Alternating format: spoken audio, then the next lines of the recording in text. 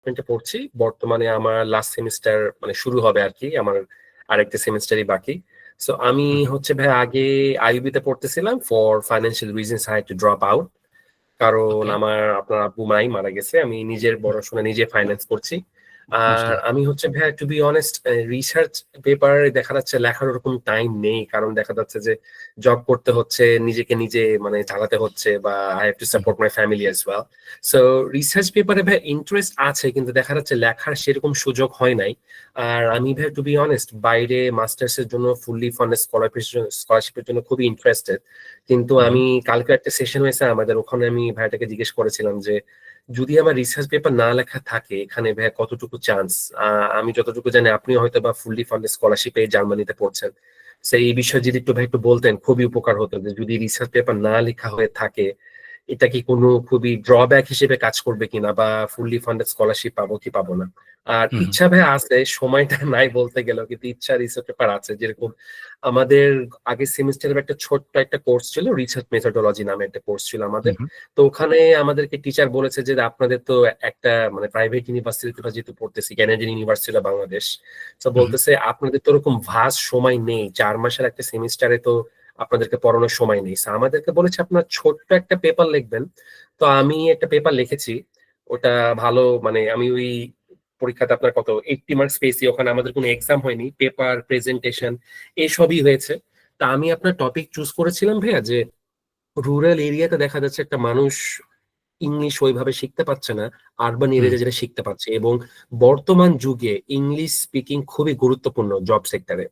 So হুম। এইটা নিয়ে আমি আমার পেপারটা লিখেছিলাম। কারণ আমি নিজে যদি বলি, এই যে আমার গ্রাজুয়েশন আমার করা হয়নি, বয়স দেখা যাচ্ছে হয়তো বা লাইক ভালোই হয়েছে আমার, maybe I might be older than you, or I might be at the same age, no offence. কিন্তু আমি দেখা যাচ্ছে আমি 7 বছর পার হয়ে গেছে আমি জব করতেছি, জাস্ট বিকজ আমি ইংলিশ মিডিয়াম ব্যাকগ্রাউন্ড থেকে এসেছি, বা আমি ইংলিশ স্পিকিং এ ভালো। এই জন্য দেখা যাচ্ছে আমি সেই সুযোগটা পেয়েছি, যেটা অনেকে দেখা যাচ্ছে সিজিপিএ থেকেও পাচ্ছে না, বা শুধু ইংলিশে ফ্লুয়েন্ট না বলে তারা ইন্টারভিউ পর্যন্ত যেতে পারছে না, জবটা পাওয়া তো দূরের কথা। এই জন্য আমি নিজের সাথে রিলেভেন্ট বলে এই টপিকটা চুজ করেছিলাম আমার পেপারটা লেখার জন্য। সরি ভাই, অনেক কিছুই বলে ফেললাম, ক্ষমা করবেন। ইটস ইটস ওকে, সমস্যা নেই। ওকে। সোফার দেখতে পাচ্ছি আমি রেসপন্স করেছে 17 জন প্রথম কোশ্চেনটা। হয়তো আমাদের এখানে অলরেডি 84 জনের মতো আছে। তো আমি আশা করবো সবাই যদি তাদের পয়েন্ট অফ ভিউটা শেয়ার করে, পরবর্তীতে আমার জন্য সুবিধা হবে বুঝতে পারাটা যে কে কোন ফিল্ড থেকে আসে। তাহলে আমি একটা জেনারেল ওভারভিউ দিতে পারবো। কাউকে দেখতে পাচ্ছি স্ট্যাটিস্টিক্স থেকে, কেউ ফিজিক্স, সোসিওলজি থেকে বেশি মানুষ আসছে। Okay, let me share my screen, then it will make sense for each and everyone.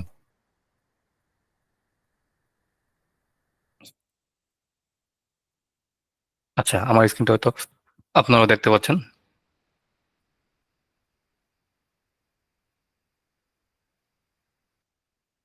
Sorry ভাইয়া, স্ট্যাটিস্টিক্স। আমার আমার এখন হ্যাঁ, আবারও ভাইয়া এন্টারে ওয়ার্ড, এন্টার অ্যানাদার ওয়ার্ড এগুলো দেখাচ্ছে। আপনার প্রথমে দেখাচ্ছিল যে কোয়েশ্চেন কি, কিন্তু আবার চেঞ্জ হয়ে গেছে। আমি বাকিদের অন্যরা কি দেখতে পাচ্ছি। সরি ভাইয়া, আবার বলবেন। বাকিরাও কি সেম প্রবলেম ফেস করতেছেন, নাকি বাকিদের এই প্রশ্নগুলো আসতেছে? হ্যাঁ ভাইয়া, শুধু ওয়ার্ড দেখাচ্ছে, মানে ইন্টার ওয়ার্ড এন্টারে এই ওয়ার্ড। ধরনের তিনটা অপশন আসছে। হুম। ওয়াই? এ কোশ্চেন আছে না, department that you belong to? জি ভাই, শোনা দেখা যাচ্ছে। জি ভাই, দেখা যাচ্ছে। ওখানে যে, হ্যাঁ, ওখানে আপনি কোশ্চেন, আপনি অ্যান্সার দিবেন আপনার নিজের মতো করে। আপনার জন্য ওপেন। আপনি যদি বলেন যে আমি 10টা দিব, 10টা দিতে পারবেন। তো এটা পুরোপুরি ওপেন। আপনি এখানে ওপেনলি এখানে অ্যান্সার দিবেন। আর তার with মানে ফলশ্রুতিতে আমাদের এখানে চেঞ্জ আসবে আসলে কোন ডিপার্টমেন্টের স্টুডেন্ট বেশি। তো সেখানে আমি দেখতে পাচ্ছি যে স্ট্যাটিস্টিক্স এর এবং সোসিওলজি স্টুডেন্ট মোটামুটি লিড করতেছে আমাদের এই সেশনটাতে। আচ্ছা, পরবর্তী কোশ্চেনে চলে যাই যদি আমি।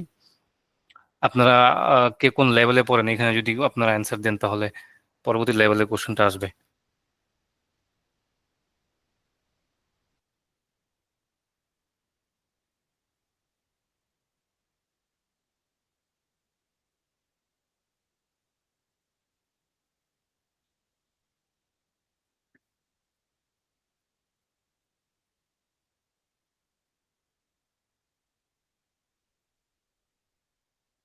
মনে হয় পরবর্তী কোশ্চেনটা সবার ইন্টারফেসে ওপেন হয়েছে, বা আমি কি যদি ভুল না করে থাকি?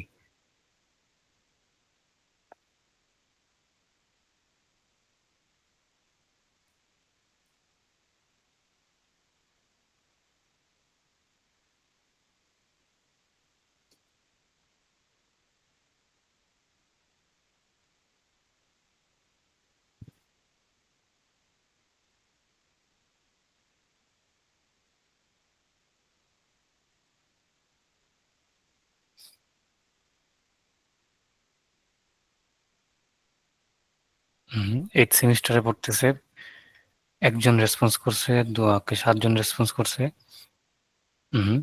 মেজরিটি অফ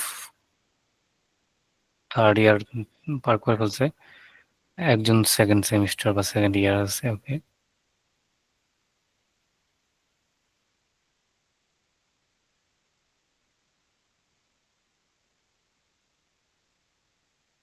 ফার্স্ট ইয়ারের একজন দেখতে পাচ্ছি। খুব ইন্টারেস্টিং যে না, এই বয়সী রিসার্চের প্রতি একটা ইন্টারেস্ট আসছে, তো এটা খুব ভালো।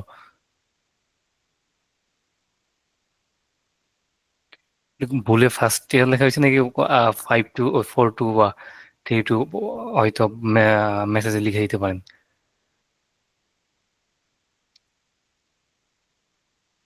মাস্টার্স করতেছেন? ওকে, আমি নেক্সট কোশ্চেনে ডাইভ ইন করি। নেক্সট কোশ্চেন হচ্ছিল যে কেন রিসার্চ ফোকাস করতেছেন, কেন মনে হয় যে রিসার্চ করা উচিত? আর আরেকজন ভাই কোশ্চেন করছে, ওনার কোশ্চেন উত্তর আমি অবশ্যই দিব, আগে আপনাদের কোশ্চেনগুলো নেই।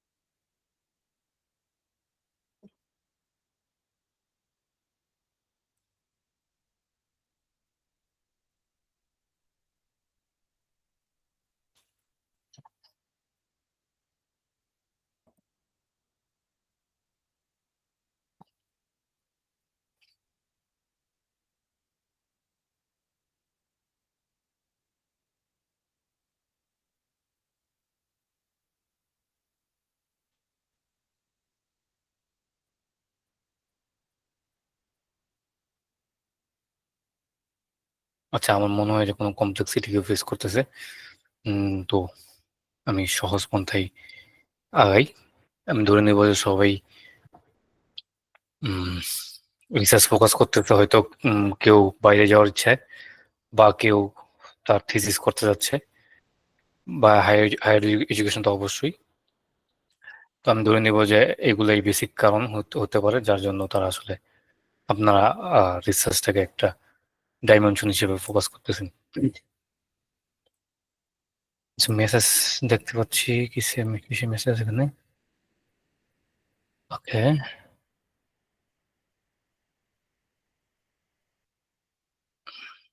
once again masters to study abroad, to gain knowledge, to go to abroad for higher education, crop science and technology তে পড়তেছেন। স্কলারশিপ পাওয়ার জন্য, expand my knowledge in research areas for abroad studies and more more. Okay, higher studies এর জন্য scholarship. আচ্ছা, last একটা যদি question করি আপনাদের, আপনাদের মতে কি মনে হয় কোন স্কিলটা খুবই প্রয়োজন রিসার্চ করার জন্য বা রিসার্চ নলেজ গেইন করার জন্য? আপনারা মেসেজে লিখতে পারেন, 5-7টা আমি মেসেজ দেখে একটা আইডিয়া পাই আপনারা আপনাদের অভিব্যক্তি কি?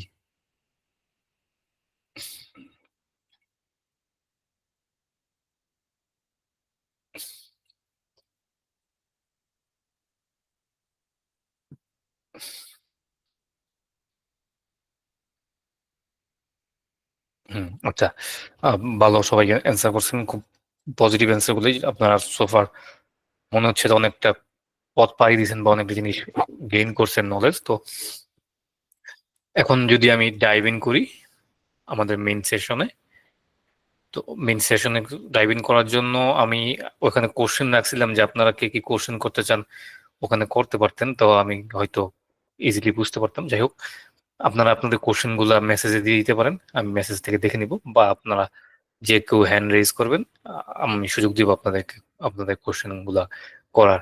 তো আমি ইমরান খান ওনার কোশ্চেনের অ্যান্সারটা দেই।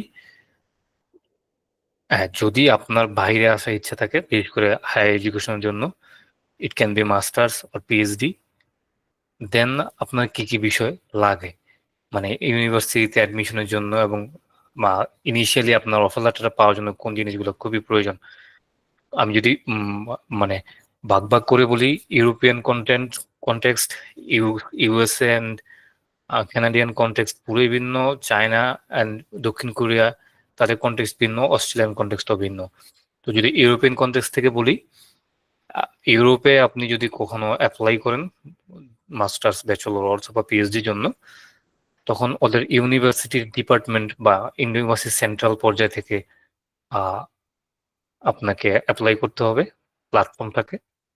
যেমন জার্মানিতে আসার জন্য DAAD.de, আমি টাইপ করে দিচ্ছি, এটা আপনার জন্য কাজে লাগতে পারে। .de, এই এই পোর্টালটা হলো জার্মানির জন্য মানে একমাত্র পোর্টাল যেটা গভর্নমেন্ট অথরাইজ, এবং এটাই আসলে সবাই ব্যবহার করে থাকে। এখানে যে আপনি ইন্টারন্যাশনাল প্রোগ্রামে যে সব ধরনের প্রোগ্রামগুলো আপনি দেখতে পাবেন, যে কোন প্রোগ্রামটা আপনার জন্য অ্যাপ্লিকেবল এবং তার রিকোয়ারমেন্ট কি। তো সেই ক্ষেত্রে রিকোয়ারমেন্টে, বেসিক রিকোয়ারমেন্টে আপনারা যদি যান, তখন দেখবেন দুই ধরনের রিকোয়ারমেন্টস থাকে। একটা থাকে একাডেমিক রেজাল্ট, আরেকটা থাকে হলো লিঙ্গুইস্টিক পারফরমেন্স। তো একাডেমিক্স এর মধ্যে আমি যদি ইন জেনারেল বলি, ইন জেনারেল আপনার রেজাল্টটা একটা ম্যাটার করে অবশ্যই। তো সেক্ষেত্রে জার্মানিতে আপনার আসতে গেলে দেখা যায় যে জার্মান বা ইউরোপিয়ান ক্রেডিটটা একটু ভিন্ন, এটা ইসিটিএস বলে। মানে আমরা বাংলাদেশে যেমন আউট অফ 4-এ 4 পাওয়া ভালো, আর আউট অফ 4-এ 1 পাওয়া ভালো, মানে অপোজিট। তো সেই ক্ষেত্রে ওরা 2.5 বা 2টাকে সর্বনিম্ন গ্রেড ধরে, বা আমাদের বাংলাদেশের গ্রেডে কনভার্ট করলে ওটা 3-র মতো হয়, বা চেষ্টা করা 3.25 বা তার উপরে রাখা, তাহলে আপনি অফার লেটার অ্যাটলিস্ট পাবেন। এবং স্কলারশিপ পাওয়ার প্রশ্নে আসলে যদি আসি, তখন সেক্ষেত্রে অবশ্যই ট্রাই করতে হবে 3.6-এর উপরে আছে, তাহলে আপনার জন্য খুবই আপনি একটু কমফোর্ট জোনে থাকবেন যে না, I do have something to showcase towards the industry. So এটা একটা প্যারামিটার যে আপনার রেজাল্ট খুব ভালো থাকাটা অবশ্যই ইম্প্যাক্ট ফেলে। সেকেন্ডলি, আপনার একটা ইম্প্যাক্টফুল বিষয় হচ্ছে যেটা বললাম, ল্যাঙ্গুয়েজ। তো সেই ক্ষেত্রে বেশিরভাগ ইউনিভার্সিটি গুলোই আইএলটিএস, টফেল এগুলাকে তারা প্রেফার করে থাকে বা এগুলাকে তারা অ্যাকসেপ্ট করে থাকে। তো স্কলারশিপ পাওয়ার ক্ষেত্রে অবশ্যই ট্রাই করতে হবে যে 7 আপ আছে, 7 আপ থাকলে অবশ্যই আশা করা যায় যে আপনি ইরাসমাস স্কলারশিপের জন্য অ্যাপ্লিকেবল। তো ইরাসমাস স্কলারশিপ এমন একটা স্কলারশিপ প্রোভাইডার, তো তারা কি করে আপনার পার্সিয়াল স্কলারশিপ দেয়। ফোর্সে আপনার প্রোফাইল একটু দুর্বল, আপনাকে 3 সেমিস্টারের মধ্যে 2 সেমিস্টারের জন্য বা 1 সেমিস্টারের জন্য স্কলারশিপ দিচ্ছে, তো এটা পসিবল। তো সেক্ষেত্রে আপনারা অবশ্যই ট্রাই করে দেখতে পারেন। আর এছাড়া যদি জিআরই বা জিমেট দেওয়া থাকে, অবশ্যই এটা একটা পজিটিভ ভাইব তৈরি হয় বা পজিটিভ ইম্প্যাক্ট ফেলে আপনার পোর্টফোলিওতে। অ্যান্ড লাস্টলি যদি আসি যে আপনি অ্যাডিশনাল কি কি কাজ করছেন, তো সেটা হতে পারে আপনি এক্সট্রা কারিকুলার অ্যাক্টিভিটিস, ফোর্সে আপনি কোনো একটা অর্গানাইজেশনের প্রেসিডেন্ট বা সেক্রেটারি বা লিডিং কোনো পর্যায়ে ছিলেন, তো সেটা অবশ্যই ইম্প্যাক্টফুল যে আপনি you do have something to manage. If you are in a background of business, then it actually makes sense যে আপনার ম্যানেজিং ক্যাপাবিলিটিস আছে। ফোর্সে আপনি ইংলিশ অলিম্পিয়াড বা আপনি ফিজিক্স অলিম্পিয়াড করতেছেন, আপনি ফিজিক্স স্টুডেন্ট, তো সেটা আপনি অবশ্যই শোকেস করে যে আপনি you are good at something in particular. So এগুলো বিষয় অবশ্যই ইম্প্যাক্টফুল। এখন লাস্টলি যদি আসি রিসার্চে, রিসার্চ হচ্ছে এমন একটা বিষয় যেটা ছাড়া হবেই না যদি আপনি পিএইচডি করতে চান, অথবা আপনি ইউএসএ, কানাডা, দক্ষিণ কোরিয়া, চায়না এবং অস্ট্রেলিয়া এইসব দেশে যদি আপনি এমএসসি করতে যেতে চান, মানে রিসার্চ বেস কোনো প্রোগ্রামে যেতে চান, তখন আপনার পেপার ছাড়া পসিবলই না। মানে you can not crack a position without this. So আপনার পেপার লাগবে, এবং পেপার যেমন তেমন পেপার হলে হবে না, পেপারের কিছু ধরন আছে। ফার্স্ট অফ অল আপনাকে বুঝতে হবে পেডিটোরিয়াল জার্নাল কি। তো পেডিটোরিয়াল জার্নাল হলো যে ফেক জার্নাল, তো ফেক জার্নাল গুলো বাদে ভালো জার্নালের দিকে ফোকাস করতে হবে। ভালো জার্নাল আবার কিছু মানে ধাপ থাকে, Q1, Q2, Q3 এবং Q4। স্কোপাস ইন্ডেক্সিং থাকে, এসএসসি ইন্ডেক্সিং থাকে, তো অনেক ফ্যাক্টরি এই জায়গায় কাজ করে। তো সেক্ষেত্রে একটা ভালো জায়গায় ভালো ইন্ডেক্স সম্পন্ন কোনো জার্নালে আপনার যদি একটা পেপার থেকে ফার্স্ট অথর হিসেবে বা দুইটা পেপার থেকে, তখন আপনি আসলে শোকেস করতে পারবেন যে না, I do have some knowledge regarding research field and so on. So these are the things that you have to have in yourself. একজন জার্নাল হ্যান্ড রেজ গুলো করছেন। কিভাবে জানবো ভাইয়া? ওকে, ফেক জার্নাল কিভাবে জানবেন? ফেক জার্নাল কোনগুলা ওটা জানা থেকে আপনি কোনগুলো ভালো জার্নাল ওটা জানাটা খুব বেশি ইজি।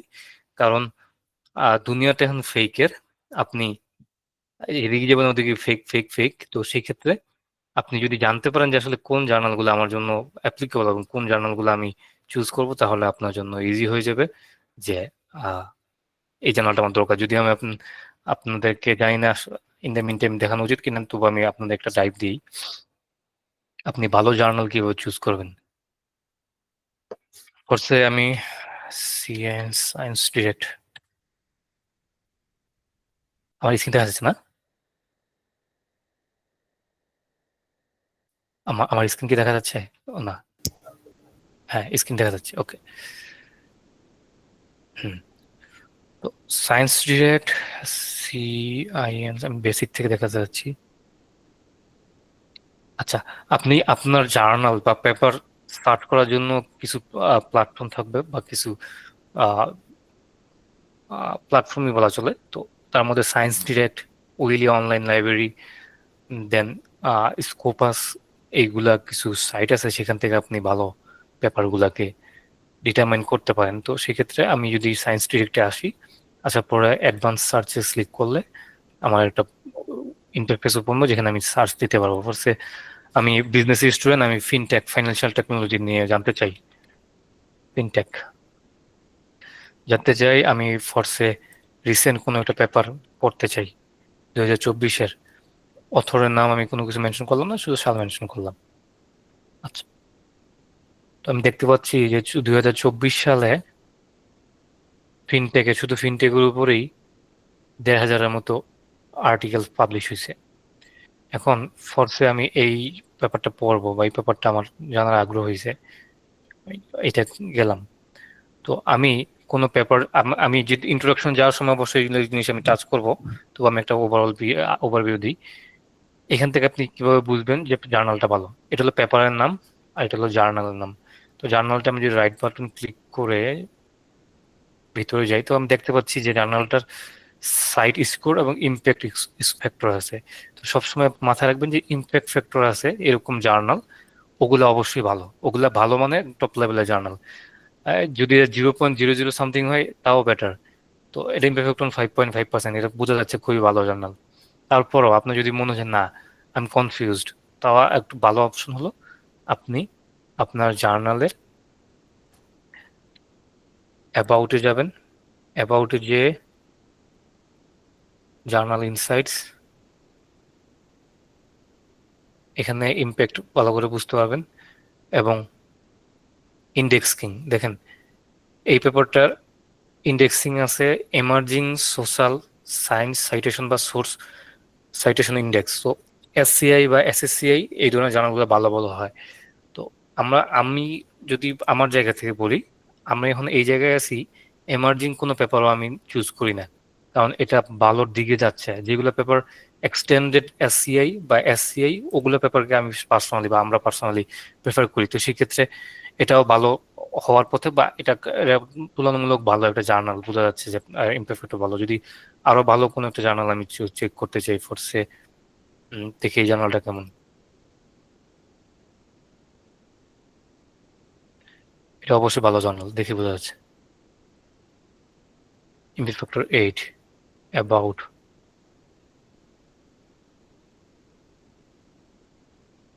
এই আপনি অ্যাবাউটে আসলে, অ্যাবাউট যদি নিচে আসেন দেন আপনি এটার ইন্ডেক্সিং দেখতে পাবেন, অ্যাবস্ট্রাক্টিং এন্ড ইন্ডেক্সিং। তো এখানে দেখেন বলতেছে স্কোপাস ইন্ডেক্সিং আছে, সায়েন্স সাইটেশন ইন্ডেক্স এক্সপান্ডেড, যেটা বললাম যে এসএসসি এক্সপান্ডেড। তো এই যে সাইটেশন যদি এসএসসি থাকে বা স্কোপাস থাকে, এই দুইটা একটা হইলে যথেষ্ট, যে না জার্নালটা ভালো বোঝা যায়। তো এইগুলো দেখে আপনি জার্নালটাকে ভালো বা মন্দ বুঝতে পারবেন। তো আমি যেখানে ছিলাম, যে তো সেক্ষেত্রে রিসার্চ কি কাজে লাগে না? অবশ্যই রিসার্চ কাজে লাগে। আপনি আমি যদি আপনাদের দুইজন থাকেন, আমার কাছে আসেন, আমি একজন প্রফেসর যে আমি ফান্ড নিয়ে বসে আছি, ফান্ড দিব। একজনের রেজাল্ট ধরেন যে 3.80, তার কোনো রিসার্চ পেপার নেই। আরেকজনের রেজাল্ট 3.70 বা 65, তার দুটা রিসার্চ পেপার আছে। তো আমি কাকে প্রেফার করব? যদি আমার প্রোগ্রামটা এমএসসি হয় বা আমারটা থিসিস ড্রাইভেন হয়, তখন আমি আমি অবশ্যই চেষ্টা করব যে তাকে প্রেফার করার, যার একটা রিসার্চ পেপার আছে, এবং আমি দেখবো যে তার পেপারটা আমার ইন্টারেস্টের সাথে ম্যাচ করে কিনা। ফার্স্টে আমি ফাইন্যান্স ব্যাকগ্রাউন্ডের স্টুডেন্ট, আপনার একটা রিসার্চ পেপার আছে হলো এগ্রিকালচার ইকোনমিক্স এর উপরে, তখন হয়তো আমার সাথে এটা ম্যাচ করবে না। যদিও আপনার নলেজটা কাজে লাগবে, তখন একটা মানে 50-50 অপশন থাকবে যে আমি কি ভালো স্টুডেন্টটাকে নিবো, মানে 3.880 পাওয়াটাকে নিবো নাকি 3.65 কে নিবো। তখন একটা 50-50 কনসার্ন থাকে। কিন্তু যদি দেখি না আমার ডোমেইনেই আপনি কাজ করছেন, বা আপনার নলেজ বা আপনার পেপারটা আমার খুবই ইন্টারেস্টিং লাগছে, তখন আমি অবশ্যই প্রেফার করবো তাকে যার 3.65 থাকছে। It doesn't matter to me. That actually doesn't matter in Europe or any other countries if you have skills and capabilities. Result হলো একটা সংখ্যা, কিন্তু রেজাল্ট অবশ্যই থাকা অনেকটা ভালো, রেজাল্ট থাকা অবশ্যই ভালো, কিন্তু যদি থিসিস বা রিসার্চ পেপার থাকে, এটা অবশ্যই আপনাকে আগে রাখবে। তো আমি এখন ডিরেক্টলি ডাইভ ইন করি হচ্ছে হলো আমাদের মেইন সেশনে যাওয়ার আগে। কারো কোনো কোশ্চেন?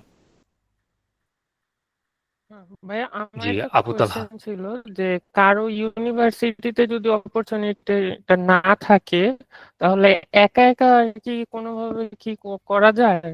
যেমন আমার এমএল নিয়ে, এআই নিয়ে ইচ্ছা, বাট ইউনিভার্সিটিতে তেমন সুযোগ নেই করার, তাহলে আমাদের ক্ষেত্রে কি করা যাবে?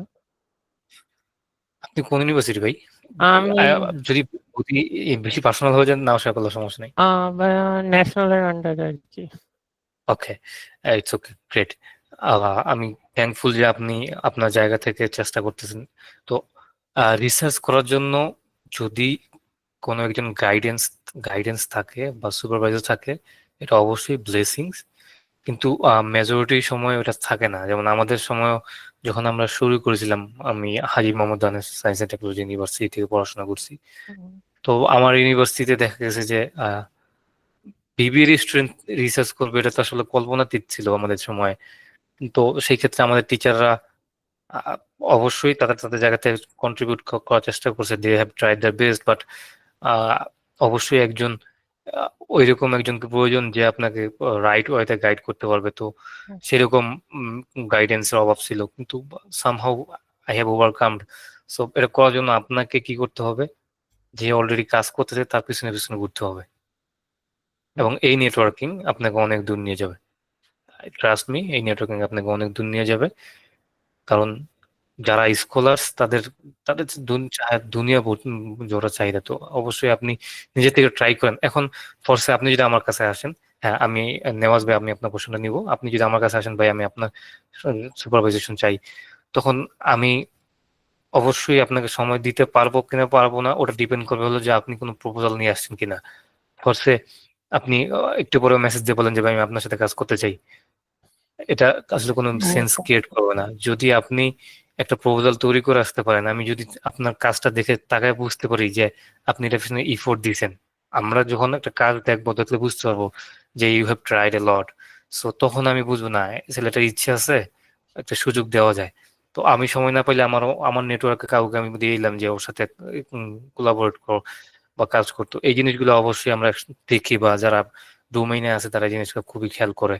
তো এই দিক থেকে আপনি ট্রাই করেন। সোশ্যাল মিডিয়াতে অনেক প্ল্যাটফর্ম আছে, আর ইউটিউব থেকে অনেক নলেজ গেইন করতে পারবেন। ট্রাই করেন, নলেজ গেইন করেন, ইনডেপথে যান, তারপরে কাউকে অ্যাপ্রোচ করেন যে আমি আপনার সাথে কাজ করতে চাই বা আমাকে একটু হেল্প করা যাবে কিনা কাইন্ডলি। আশা করি আপনি অ্যান্সার পাইছেন আমার। জি ভাইয়া, থ্যাংক ইউ ভাইয়া। জি, আলী নওয়াজ ভাই। ভাইয়া আমার যে কোয়েশ্চেনটা ছিল, আমি হচ্ছে চিরাং ইউনিভার্সিটিতে ফিজিক্সে সেকেন্ড ইয়ার পড়ি আর কি বর্তমানে।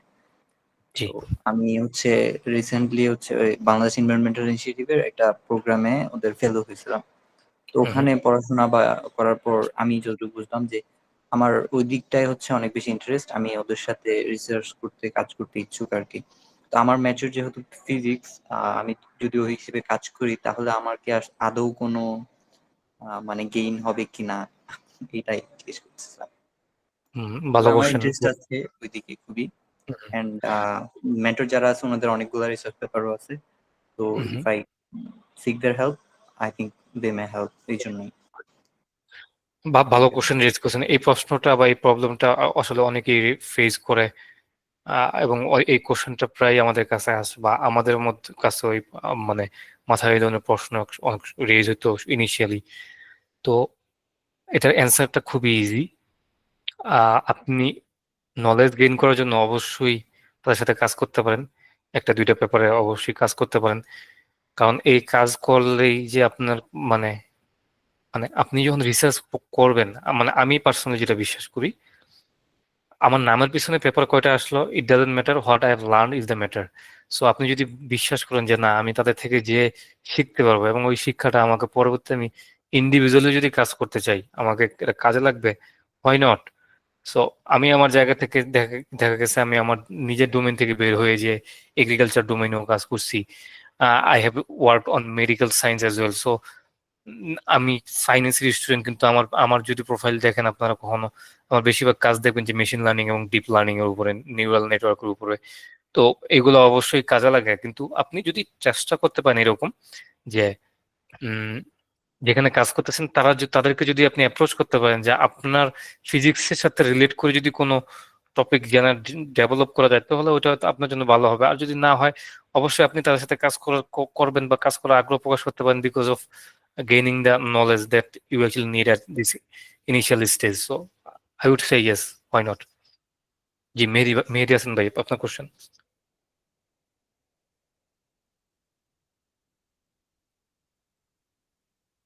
আর কারো কোনো কোশ্চেন আছে?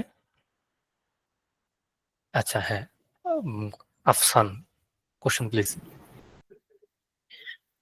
আপনি যে বললেন যে প্রপোজাল ক্রিয়েট করে সুপারভাইজারকে দেখানো, এখন প্রপোজালটা কিভাবে ক্রিয়েট করা যায়? আচ্ছা, প্রপোজাল কিভাবে ক্রিয়েট করা যায় ওটা নিয়ে আমি কথা বলতেছি। ইন্ট্রোডাকশনে আমি তাহলে টাচ দিয়ে দেবো প্রপোজালটা কিভাবে ক্রিয়েট করা যায়। ওকে, আর যদি কারো কোনো কোশ্চেন না থাকে আমি তাহলে ইন্ট্রোডাকশন নিয়ে কিছু কথা বলি। ওকে, লেটস ডাইভ ইন।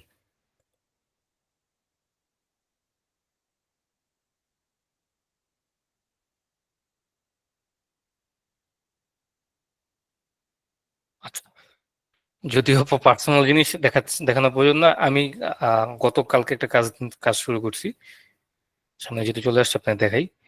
আমার কাজটা হলো the importance of corporate digital responsibility in the এরা of artificial intelligence and cloud computing, evidence from travel technology industry in Germany.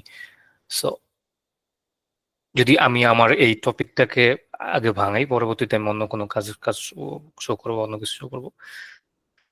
আমরা যখন পেপার লিখবো, লিখার সময় আমাদেরকে দুটা জিনিস আমাদেরকে ইন্ট্রোডাকশন বা লিটারেচার লিখার আগে সবার আগে খেয়াল রাখতে হবে যে আমি কি করতে চাই, আমার কি করা উচিত বা আমি কি করতে চাই। তো সেই ক্ষেত্রে রিসার্চ দুই ধরনের হয়, একটা হলো ডিডাকটিভ আর একটা হচ্ছিল ইন্ডাকটিভ। এটা হলো ইনিশিয়াল একটা আরো মানে রিসার্চকে কয়েকটা ভাগ করা যায়। It depends on different criterions and sector. So যদি ইনডাকটিভ এন্ড ডিডাকটিভটা কি মিন করে, ইনডাকটিভ রিসার্চ হচ্ছে হলো আপনি bottom to up approach follow করে, এবং ডিডাকটিভটা ফলো করে হলো টপ টু বটম অ্যাপ্রোচ। তো টপ টু বটম অ্যাপ্রোচ এবং বটম টু আপ অ্যাপ্রোচ জিনিসটা কি? তো টপ টু বটম অ্যাপ্রোচ বলতে বোঝানো হচ্ছে যে আপনি অতীতের কোনো পেপার, ধরেন যে আমার কোনো একটা পেপার আপনি পড়ছেন, পড়ে আপনি এআই নিয়ে একটা পেপার পড়ছেন, ওই পেপার পড়ছেন, আরো 100টা বা 10 জনের পেপার পড়ছেন, পেপার পড়ে মনে হইলো যে ওদের পেপার থেকে নতুন কিছু করার সুযোগ আছে, নিউ আইডিয়া জেনারেট হলো যে হ্যাঁ এই পেপারগুলো থেকে নতুন এরিনা ওপেন হয়েছে, আমি এই এরিনাগুলোতে ফোকাস দিতে পারি, আমি কাজ করতে পারি। দেন আপনি কি করবেন, ওর জন্য আপনি ডিসাইড করবেন যে আমি কি মেথড ইউজ করব, কোন মেথড ইউজ করা যায় এই উদ্দেশ্যটা ফিল করার জন্য। দেন আপনি ডেটা কালেক্ট করবেন, আপনি মেথড রান করবেন, রেজাল্ট ইন্টারপ্রেট করবেন, দেন কনক্লুশন দিয়ে আপনি আপনার মেসেজটাকে কনভে করে দিয়ে চলে আসবেন। এটা হলো আপনার deductive research, top to bottom. আপনি অন্যদের পেপার পড়তেছেন, অন্যদের আইডিয়া পড়তেছেন, পড়ে আপনি কোনো কিছু ডেভেলপ করাকে বলা হলো ডিডাকটিভ রিসার্চ। এটা আরেক কথা বলে হলো আপনার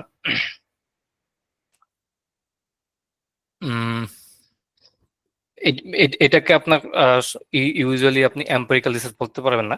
এম্পিরিক্যাল রিসার্চ যদি আমরা আসি, ইন্টারেক্টিভ রিসার্চ, ইন্ডাকটিভ রিসার্চ বা বটম টু আপ রিসার্চ, এটাতে যেটা হয় যে আপনি কোনো একটা সমস্যা ফেস করছেন, যদি আমাদের ব্যক্তি জীবন দিয়ে প্রকাশ করি, ফর্সে আমরা যখন কোভিড-19 আসলো, কোভিড-19 একটা সমস্যা, এই সমস্যাটাকে আমরা সলভ করার জন্য তখন সলিউশন ভাবতেছি। সমস্যা সলভ করার জন্য আমরা কি করলাম, ভাবলাম যে সমস্যা থেকে আপনি কিছু ডেটা নিলেন যে এই রোগীর সিমটমস, ওই ডেটা থেকে আপনি কি করলেন, আপনি রান করলেন, মেথড রান করলেন যে হ্যাঁ এটা দিয়ে আমি কি কি ইনসাইটস বের করতে পারি। দেন আপনার একটা রেজাল্টস বের হলো, ওই রেজাল্টের সাথে আপনি অতীতে কেউ যদি কোভিড-19 বা কোনো আপনার এই ধরনের কি বলে ইনফ্লুয়েঞ্জা নিয়ে কাজ করে থাকে, যেহেতু কোভিড-19 একটা নতুন রোগ, এই রোগের তো অতীতে কোনো কাজ নাই, মানে যারা, যদি আপনি একদম একদম ফার্স্ট অথর হন, কাজ ছিল না, তো আপনি কার সাথে কম্পেয়ার করবেন? আপনি ফর্সে আপনি 100 বছর আগে কোনো একটা ইনফ্লুয়েঞ্জা ছিল, ওটার নাম XYZ দিলাম, ওটার সাথে আপনি কম্পেয়ার করবেন। তখন আপনি কি করবেন যে আপনার প্রবলেমটাকে বেস করে, প্রবলেমটাকে আপনি রান করছেন, প্রবলেমটা থেকে আপনি রেজাল্ট পাইছেন যে আমার এই প্রবলেমটা, এই জিনিসটা এই কারণে ছড়াইছে, এই জিনিসটা হয়তো জ্বরের মতো প্রথম অনুভব হয় এবং পরবর্তীতে মানুষ মারা যায়।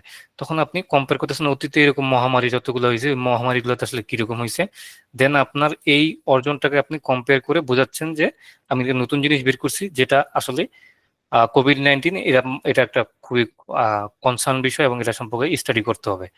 এবং আপনার এই পেপারটার উপর ভিত্তি করে যখন কোভিডের এখন দ্বিতীয় পার্সন, ধরেন যে আপনার পরে আমি কাজ করব কোভিড নিয়ে, তখন আমার কাজটা হবে হলো এই ধরনের এই ধরনের ডিডাকটিভ। কারণ অলরেডি আপনার কোভিড-19 কাজটার উপর ভিত্তি করে আপনার কাজটা আমি দেখে ইনফ্লুয়েন্স হয়েছি বা অনুপ্রাণিত হয়েছি, হয়ে এখন আমি চাচ্ছি যে আমিও কোভিড এর নতুন কিছু বের করব। ফর্সে আপনি কাজ করছেন চায়না ডাটা নিয়ে, আমি বাংলাদেশের ডাটা নিয়ে কাজ করে আমি কম্পেয়ার করবো যে চায়নাতে কি ছিল, বাংলাদেশে কি ছিল। তো এটা হলো বেসিক ধারণা যে রিসার্চ দুইভাবে করা যায়। একটা হলো একদম একদম নতুন কিছু কনসেপ্ট আপনার মাথায় আসলো যে হ্যাঁ ভাই আমার মাথায় হঠাৎ কাজ একটা একটা আইডিয়া আসলো, আমি এই আইডিয়াটার উপর কাজ করতে চাই, দেন আপনি ওটা নিয়ে ঘাটবেন, নেটে ঘাটবেন যে এটা নিয়ে কাজ আছে কিনা, যদি কাজ থাকে তখন তো আপনার ডিডাকটিভ হবে, কারণ আপনি ওটার থেকে আপনি কানেকশন করতে যাবেন। ফলে আপনি যে জিনিসটা এখন ভাবতেছেন এটা হয়তো আজ থেকে 20 বছর আগে ইউএসএ থেকে ভাইবা এর উপর কাজ করে বসে আছে, তো এই জন্য তো আপনাকে অবশ্যই ঘাটতে হবে যে আসলে এই জিনিসটা নিয়ে মানুষ কাজ করছে কিনা।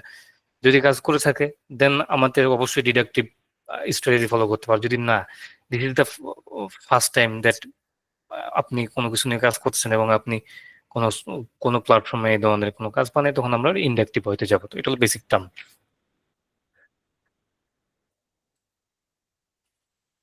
এখন যদি আহ, আমি আমি জানি না, আচ্ছা আপনারা কি এর আগে পুরো রিসার্চ পেপার কিভাবে পড়তে হবে বা রিসার্চ পেপারে কি কি বিষয় আপনি কিভাবে আইডিয়া জেনারেট করবেন এগুলো নিয়ে কোনো ক্লাস করছেন?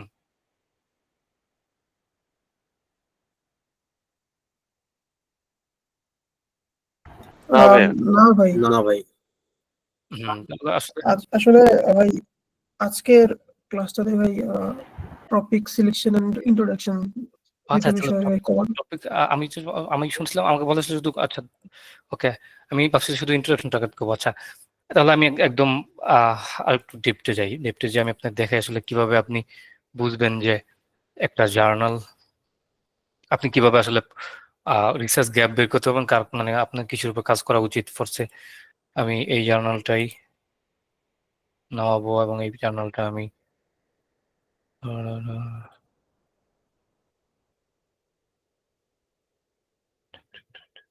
সাস্টেনেবল ডেভেলপমেন্ট গোল,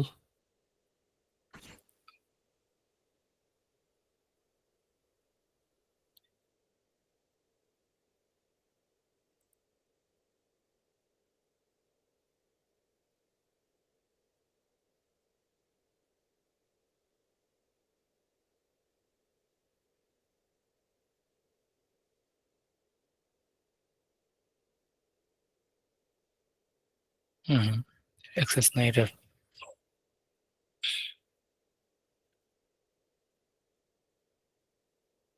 আচ্ছা আপনারা কি জানেন যে পেপার কিভাবে নামাইতে হয়?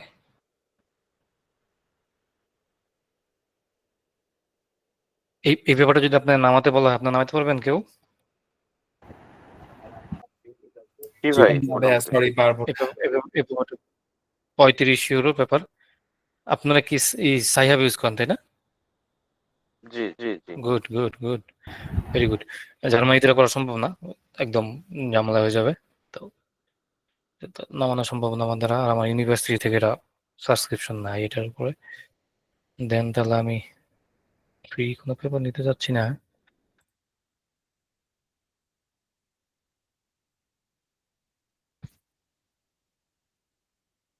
Doesn't have access.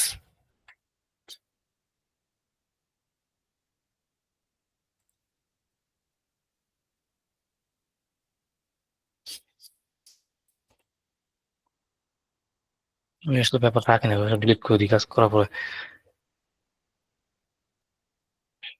আচ্ছা এটা নয়।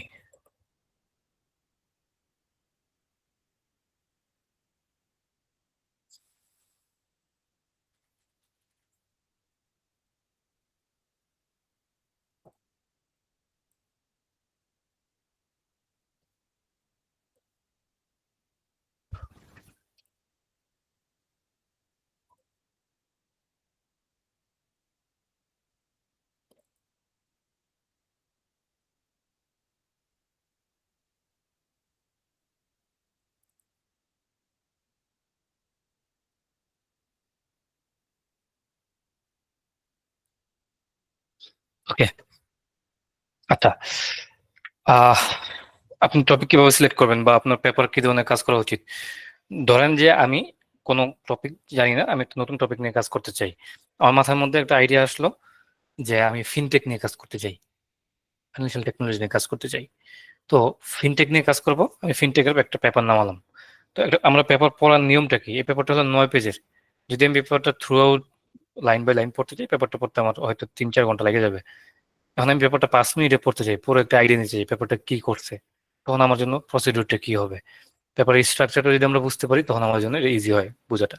সবার আগে আমরা তার পেপারের টপিকটা পড়বো, যে টপিক সেন্টেন্সটা কি বলতেছে। টপিক সেন্টেন্সটা বলতেছে digital transformation in fintech, I mean financial technology, choosing between applications and software as service বা SaaS।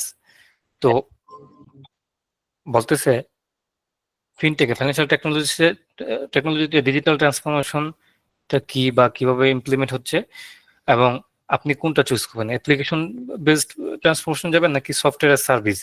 তো আমি যদি একটু আইডিয়া দিয়ে দিই, সফটওয়্যার সার্ভিস এবং অ্যাপ্লিকেশন বেসড পার্থক্যটা কি? অ্যাপ্লিকেশন বেসড হচ্ছে যে আপনি ধরেন আপনার মোবাইলে অ্যাপস ডাউনলোড দিয়েছেন, এই অ্যাপস আপনি ইউজ করতেছেন। আর সফটওয়্যার সার্ভিস কি? আপনি ডিরেক্টলি আপনি সার্চ দিয়ে মনে করেন আপনার ক্রোমে আপনি গিয়ে সার্চ দিচ্ছেন, সার্চ দিয়ে আপনি বের করে কাজ করে চলে আসছেন, ওটা আপনাকে ইনস্টল করতে হচ্ছে না। আপনি আহ, কি বলে ক্লাউডে এটা সার্ভিস পাচ্ছেন বা সুবিধা পাচ্ছেন, তো অন্য সফটওয়্যার সার্ভিস আপনি ইউজ করতে পারবেন। তো এখন আমি যদি পেপারটা পড়ি, পেপারটা পড়ার জন্য আমাকে ইনিশিয়ালি ওভারঅল একটা আইডিয়া নেওয়ার জন্য আমি অ্যাবস্ট্রাক্টটা পড়বো। তো একটা অ্যাবস্ট্রাক্টের মধ্যে আপনার 5টা জিনিস থাকা গুরুত্বপূর্ণ, মাস্ট।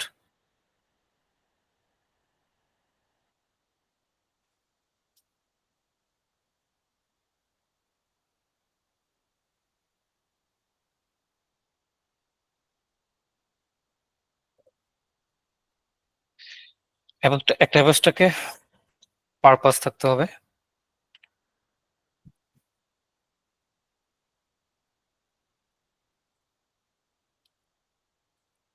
মেথড থাকতে হবে,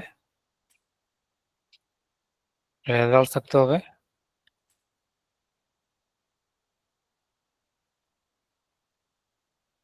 দেন আপনার থাকতে হবে হলো এটার অরিজিনালিটি থাকতে হবে বা ভ্যালুস,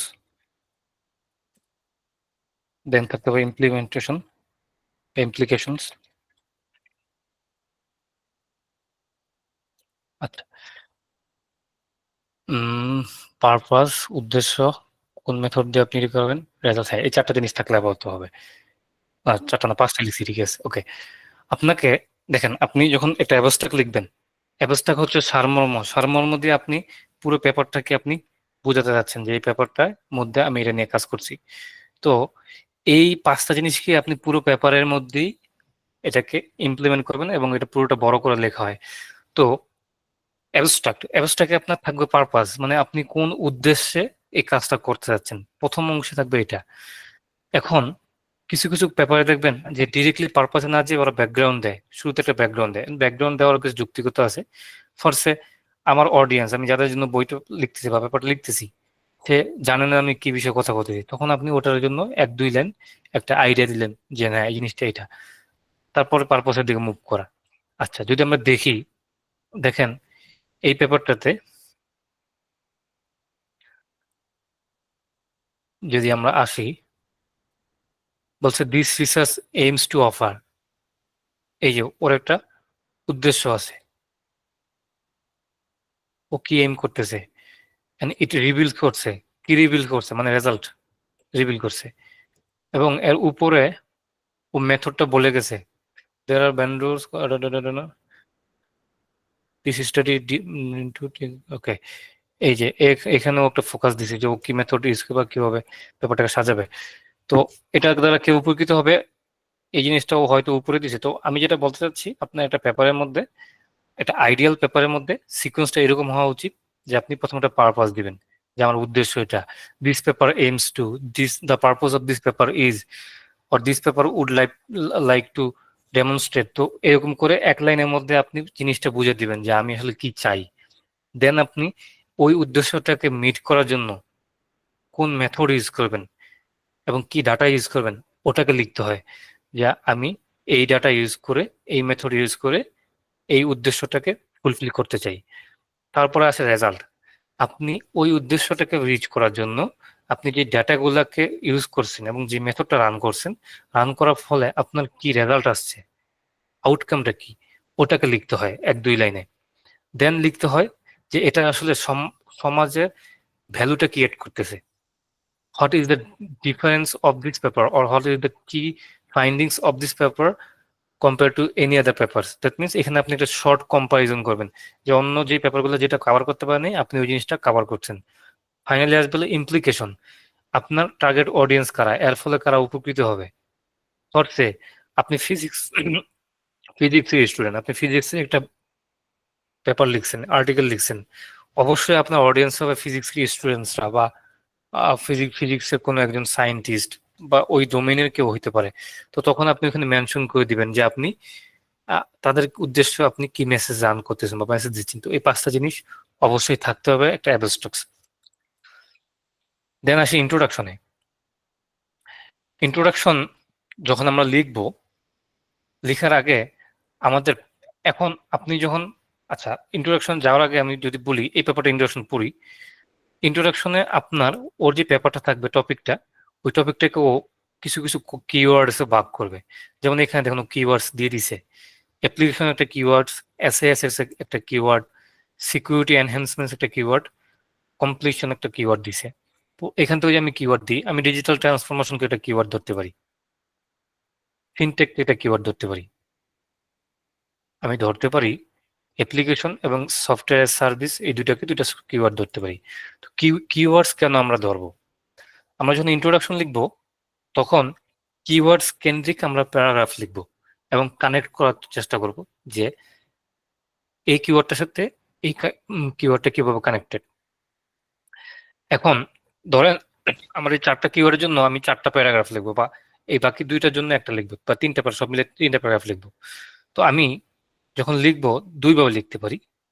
আমি আগে লিখতে পারি অ্যাপ্লিকেশন এবং এসএএস, এস বা সফটওয়্যার সার্ভিস, এই দুইটা জিনিস বর্তমান সময়ে কতটা গুরুত্বপূর্ণ বা এটার ডিমান্ডটা কিরকম, এটা নিয়ে আপনি একটা প্যারা লিখলেন, খুব সুন্দর করে একটা প্যারা লিখলেন।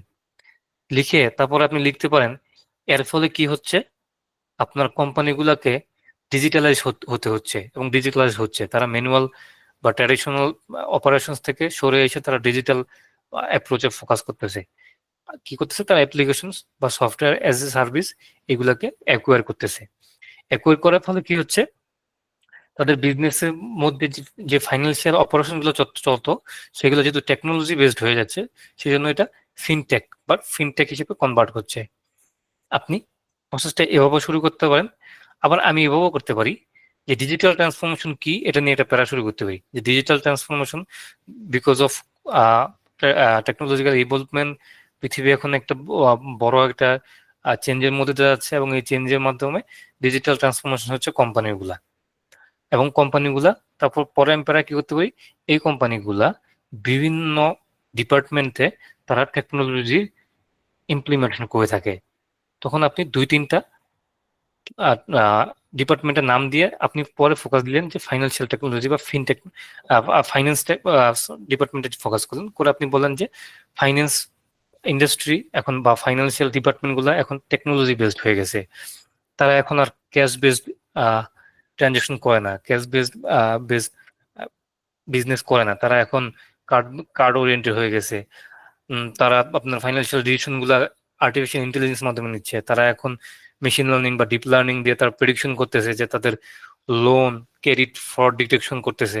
তো আপনি ফিনটেকের ক্ষেত্রে টেকনোলজির একটা প্যারা দিলেন, দেন আপনি আসলেন এই টেকনোলজি গুলা বিজনেসকে ডিরাইভ করতেছে কিছু কিছু অ্যাপ্লিকেশন বা সফটওয়্যার এজ এ সার্ভিস, এগুলাতে ফোকাস দেওয়ার জন্য। তখন আপনি সফটওয়্যার এজ এ সার্ভিস এবং অ্যাপ্লিকেশন এই দুইটার পজিটিভ সাইড এবং নেগেটিভ সাইড দিয়ে দুইটা কম্পারিজন করলেন, করে আপনি ইন্ট্রোডাকশনের একটা ওভারঅল আইডিয়া দিলেন যে পুরো পেপারটা আসলে কি বিষয়ে কথা হচ্ছে।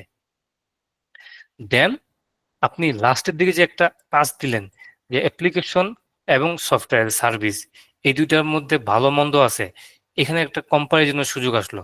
তখন ওই কম্পারিজনটাকে আপনি প্রবলেম স্টেটমেন্ট হিসেবে দেখাবেন যে এখন কোম্পানিগুলা বা বিজনেসগুলা ডিসিশন নিতে একটা প্রবলেম ফেস করতেছে যে whether they should go for applications or software service.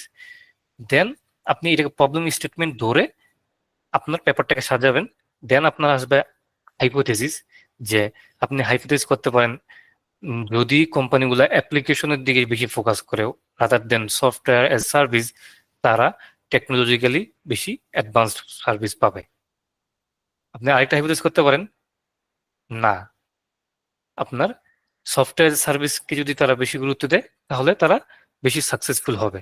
আপনি দুটো হাইপোথেসিস নিয়ে আগালেন। তো এই একটা পেপারের ইন্ট্রোডাকশন লেখার ক্ষেত্রে এই জিনিসগুলা মাথায় রাখতে হয়। আচ্ছা, কারো কোনো কোশ্চেন রেজ হয়েছে মেবি?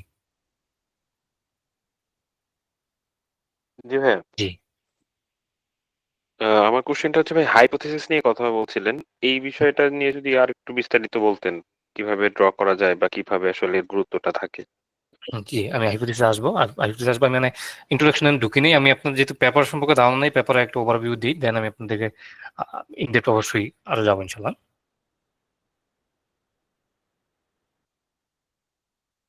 আচ্ছা, কেউ একজন তো লিখছে যে উম আচ্ছা আমি অবশ্যই স্যার না, আমি আমি একজন স্টুডেন্ট, আমি আপনাদের ভাই। আহ, আমাকে স্যার বললে আমি অন্যভাবে দেবো বলে লজ্জা পাই। আচ্ছা, জীবনে প্রথম আমি হয়তো এরকম ওকে প্রবলেম পড়লাম বা ফেস করলাম। ওকে, টপিক হেডিং এর সবগুলো কি কিওয়ার্ড হিসেবে সিলেক্ট করা যাবে? একটা স্ট্যান্ডার্ড অ্যাবস্ট্রাক্ট কতগুলো কিওয়ার্ড থাকতে পারে? আচ্ছা, একটা স্ট্যান্ডার্ড অ্যাবস্ট্রাক্টে 4টা সর্বোচ্চ 5টা কিওয়ার্ড থাকবে আপনার, এবং একটা স্ট্যান্ডার্ড অ্যাবস্ট্রাক্টে সর্বোচ্চ 120 থেকে 180 ওয়ার্ডের বেশি লিখবেন না। তার মানে অ্যাবস্ট্রাক্ট যেটা থাকবে ওটা 120 ওয়ার্ডের 180 ওয়ার্ডের বেশি লেখা যাবে না। তাহলে ওই ওই ওই পেপারটা আসলে মানে লিখা যায়, বা লিখে কখন লিখে ফোর্সে আপনি 3-4টা ডোমেইনকে একসাথে কম্বাইন করতে যাচ্ছেন, তখন আপনাকে যৌক্তিকতা দেওয়ার জন্য অনেক কিছু লিখতে হচ্ছে। সেই ক্ষেত্রে হয়তো আপনি 180-র বেশি, অনেক সময় 200-250 লিখে অনেকে, কিন্তু অনেক বড় হয়ে যায়। তো সেক্ষেত্রে চেষ্টা করবেন 180-র মধ্যে রাখার। আচ্ছা, তারপর কোশ্চেন আসছে, ভাই একটা পেপার পড়ায় ওটা সামারি করা লিখবো কিভাবে? ওকে,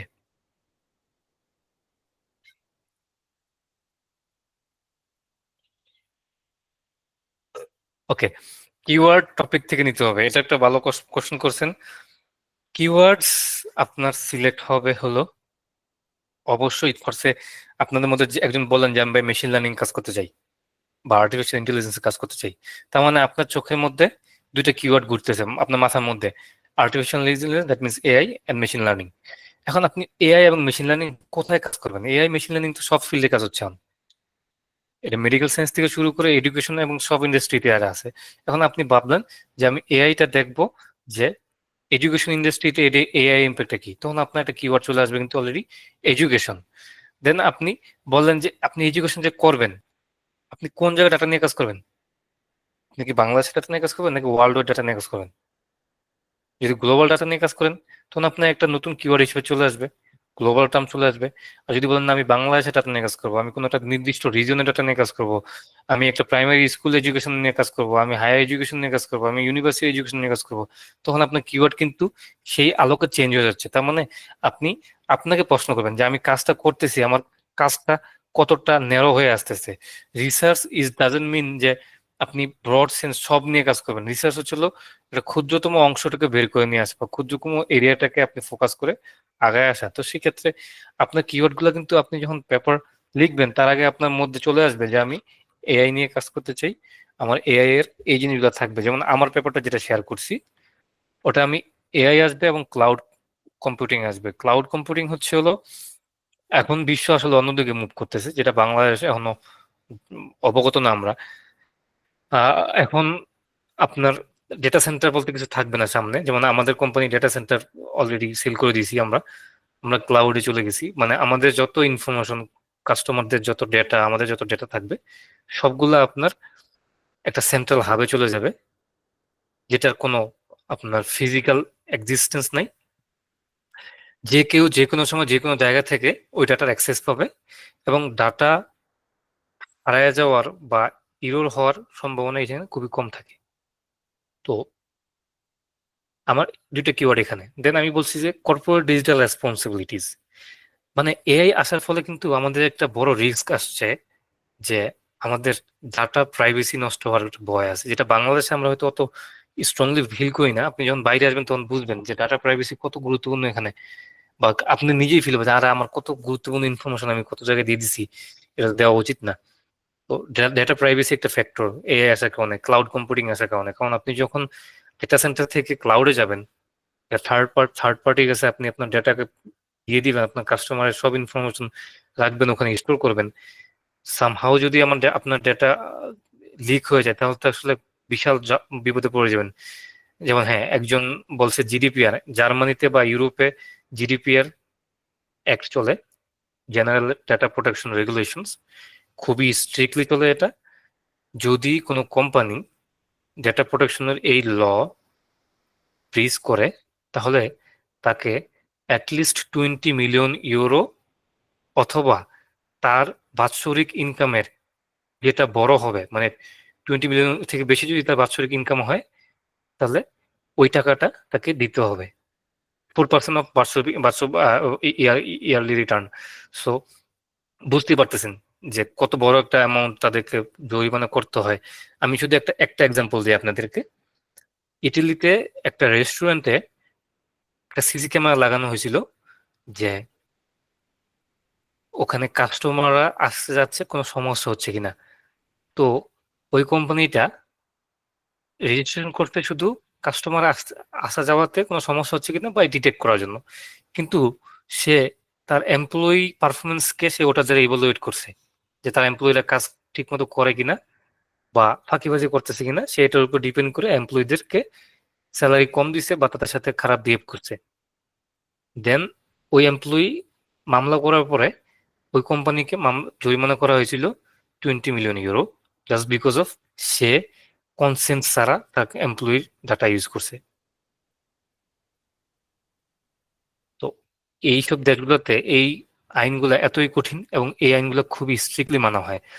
তো সেই ক্ষেত্রে আমার মনে হয়েছে যে কর্পোরেট ডিজিটাল রেসপন্সিবিলিটি, আমরা সবাই কর্পোরেট সোশ্যাল রেসপন্সিবিলিটি বুঝি, তো ডিজিটাল রেসপন্সিবিলিটি কি, যে একটা কর্পোরেশনের এই যে ডিজিটাল টেকনোলজি ব্যবহার করার ফলে তাদের কি কি রেসপন্সিবিলিটি মাথায় রেখে কাজ করতে হবে। তো সেক্ষেত্রে আমার মনে হয়েছে যে এটা একটা ফ্যাক্টর। আর একটা ফ্যাক্টর কি, যে আমার এমপ্লয়িরা একটা রিস্ক ফেস করতেছে, যে যদি এআই চলে আসে তাহলে আমরা জব হারাবো। তো সেই ক্ষেত্রে কোম্পানির কিছু রেসপন্সিবিলিটি আছে তাদের এমপ্লয়িকে এনশিওর করা, ন তোমরা জব হারাচ্ছ না, তোমাদের কাজটাকেই আরো ইজি করার জন্য আমরা এআই ইমপ্লিমেন্ট করতেছি, তোমাদের পরিশ্রমটাকে কমানোর জন্য। তো এই জিনিসগুলো কোম্পানি এনশিওর করতেছে কিনা এটা আমার জানার ইচ্ছা। তো তাহলে মানে আমার কিওয়ার্ড অলরেডি কিন্তু 3টা চলে আসলো। এক হলো এআই, ক্লাউড কম্পিউটিং, 3 হচ্ছে হলো আপনার কর্পোরেট ডিজিটাল রেসপন্সিবিলিটি। যদি এটাকে আরো ভাগ করি, কর্পোরেট ডিজিটাল রেসপন্সিবিলিটি আমরা 2 ভাগে ভাগ করতে পারি। একটা হলো এমপ্লয়ি স্যাটিসফ্যাকশন, 2 হলো কাস্টমার এক্সপেরিয়েন্স বা কাস্টমার স্যাটিসফ্যাকশন। আমি যদি আরেকটা কিওয়ার্ড বের করতে চাই, এখন আমি তো পুরো বিশ্বের ডাটা নিয়ে কাজ করতেছি না, আমি বলছি আমি জার্মানি ডাটা নিয়ে কাজ করবো, তখন আমি জার্মানিকে একটা আমার কিওয়ার্ড ধরতে পারি। আমি যদি বলি যে না আমি টেকনোলজি ইন্ডাস্ট্রিকে ধরতেছি, তখন আমি টেকনোলজি ইন্ডাস্ট্রিকে একটা কিওয়ার্ড ধরতে পারি, যে টেকনোলজি ট্রাভেল ইন্ডাস্ট্রি আমার একটা কিওয়ার্ড হতে পারে। তো সেক্ষেত্রে আপনার কিওয়ার্ডটা আপনি যতই ন্যারো হবেন ততই আপনার কিওয়ার্ডের অপশনটা বেড়ে আসবে এবং কিওয়ার্ডটা আরো স্পেসিফিক হবে। তো আপনাকে অবশ্যই রিসার্চ করার ক্ষেত্রে, টপিক সিলেক্ট করার ক্ষেত্রে আপনাকে স্পেসিফিক, মোর ক্লিয়ার এবং স্পেসিফাইড হইতে হবে। যে আপনাকে যদি একটু জিজ্ঞেস করে তুমি কি করতে চাইছো, আপনি জগা খিচুড়ি সব বুঝাইছেন, লাভ নাই। আপনি একটা জিনিস করছেন, ভালো করে করছেন, সেটা আপনার মার্কেটে সেল হবে। ওকে, আসসালামু আলাইকুম। ইউনিভার্সিটির জন্য এই আমি যে টপিক নিয়ে থিসিস রিসার্চ করব ঠিক করছি, ও সেটার পেপার কম, এখন সেই টপিক নিয়ে কাজ করা কি ঠিক হবে, নাকি যে টপিকের ব্যাপার বেশি সেটা নিয়ে কাজ করবো? আচ্ছা, এই প্রশ্নটা যে করছেন সে কাইন্ডলি বলবেন যে কোন টপিক নিয়ে কাজ করতে চান। এটা খুব ভালো বিষয়। যদি কোনো টপিকে কাজ কম থাকে সেটা আপনার জন্য আসলে খুবই সুবিধার, ওই কাজটা আসলে মার্কেটে সেল করার জন্য, যদি ওটা মার্কেটে ডিমান্ড থাকে। আগে বুঝতে হবে যে আপনি কি ধরনের কাজ করতে চান। আপনি একটু কাইন্ডলি লিখে দিবেন আমাকে। ওকে, আসসালামু আলাইকুম ভাইয়া, অ্যাব্রোডে স্কলারশিপ পাওয়ার জন্য ফার্স্টে রিসার্চ পেপার 1 নং অথর হিসেবে থাকাটা কি মাস্ট? ওকে, যদি আপনার একটা রিসার্চ পেপারে ফার্স্ট অথর থাকে অবশ্যই আপনি খুবই ভালো সিচুয়েশন থাকবেন। ইভেন আপনি পিএইচডি করতে গেলে অবশ্যই আপনার একটা করসপন্ডিং অথর এবং একটা ফার্স্ট অথর লাগবে। তো সেক্ষেত্রে অবশ্যই, কিন্তু ইনিশিয়ালি আপনি যখন শুরু করবেন অবশ্যই আপনি দেখা যায় ফার্স্ট অথর হইতে পারবেন না বা করসপন্ডিং অথর হইতে পারবেন না। এটা আসলে মেক সেন্সও করে না। ফোর্সে আপনার জীবনে কোনো কাজ ছিল না, আপনি প্রথম কাজ করছেন, ওই কাজে আপনি ফার্স্ট অথর, তখন আমি একজন অডিয়েন্স হিসেবে কি ভাববো, যে হয়তো সে টাকা দিয়ে বা সে সে অন্য কাউকে দিয়ে কাজ করে নিছে, এটা তো আমার জন্য ধরাটা খুবই ইজি হবে। কারণ আপনার তো আসলে অতীতে কোনো কাজ আমি দেখতে পাচ্ছি না, আমি কিভাবে আপনাকে বুঝবো যে আপনি এত ভালো একটা কাজ করে ফেলছেন একা একা for the first time. Okay, paid জার্নালে ফ্রি জার্নাল পেপার পাবলিশ করার মধ্যে ডিফারেন্স কি? ফ্রি জার্নালে পাবলিশ করলে ভালো, ভ্যালু কম, পেইড ওকে ভ্যালু বেশি থাকে এমন না। যদি আপনার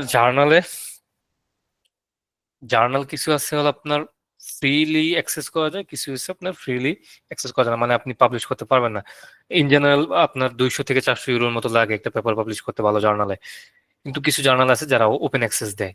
তো ওপেন অ্যাক্সেস জার্নাল খারাপ না, ভালো, কিন্তু আমি আপনাদের যে প্রসিডিউরটা বলছি ওই প্রসিডিউরটা যদি ফলো করে আগান তাহলে অবশ্যই আপনার জন্য সলিউশনটা খুবই ইজি, আপনি খুব ভালোভাবে এটাকে ওভারকাম করতে পারবেন। It's okay.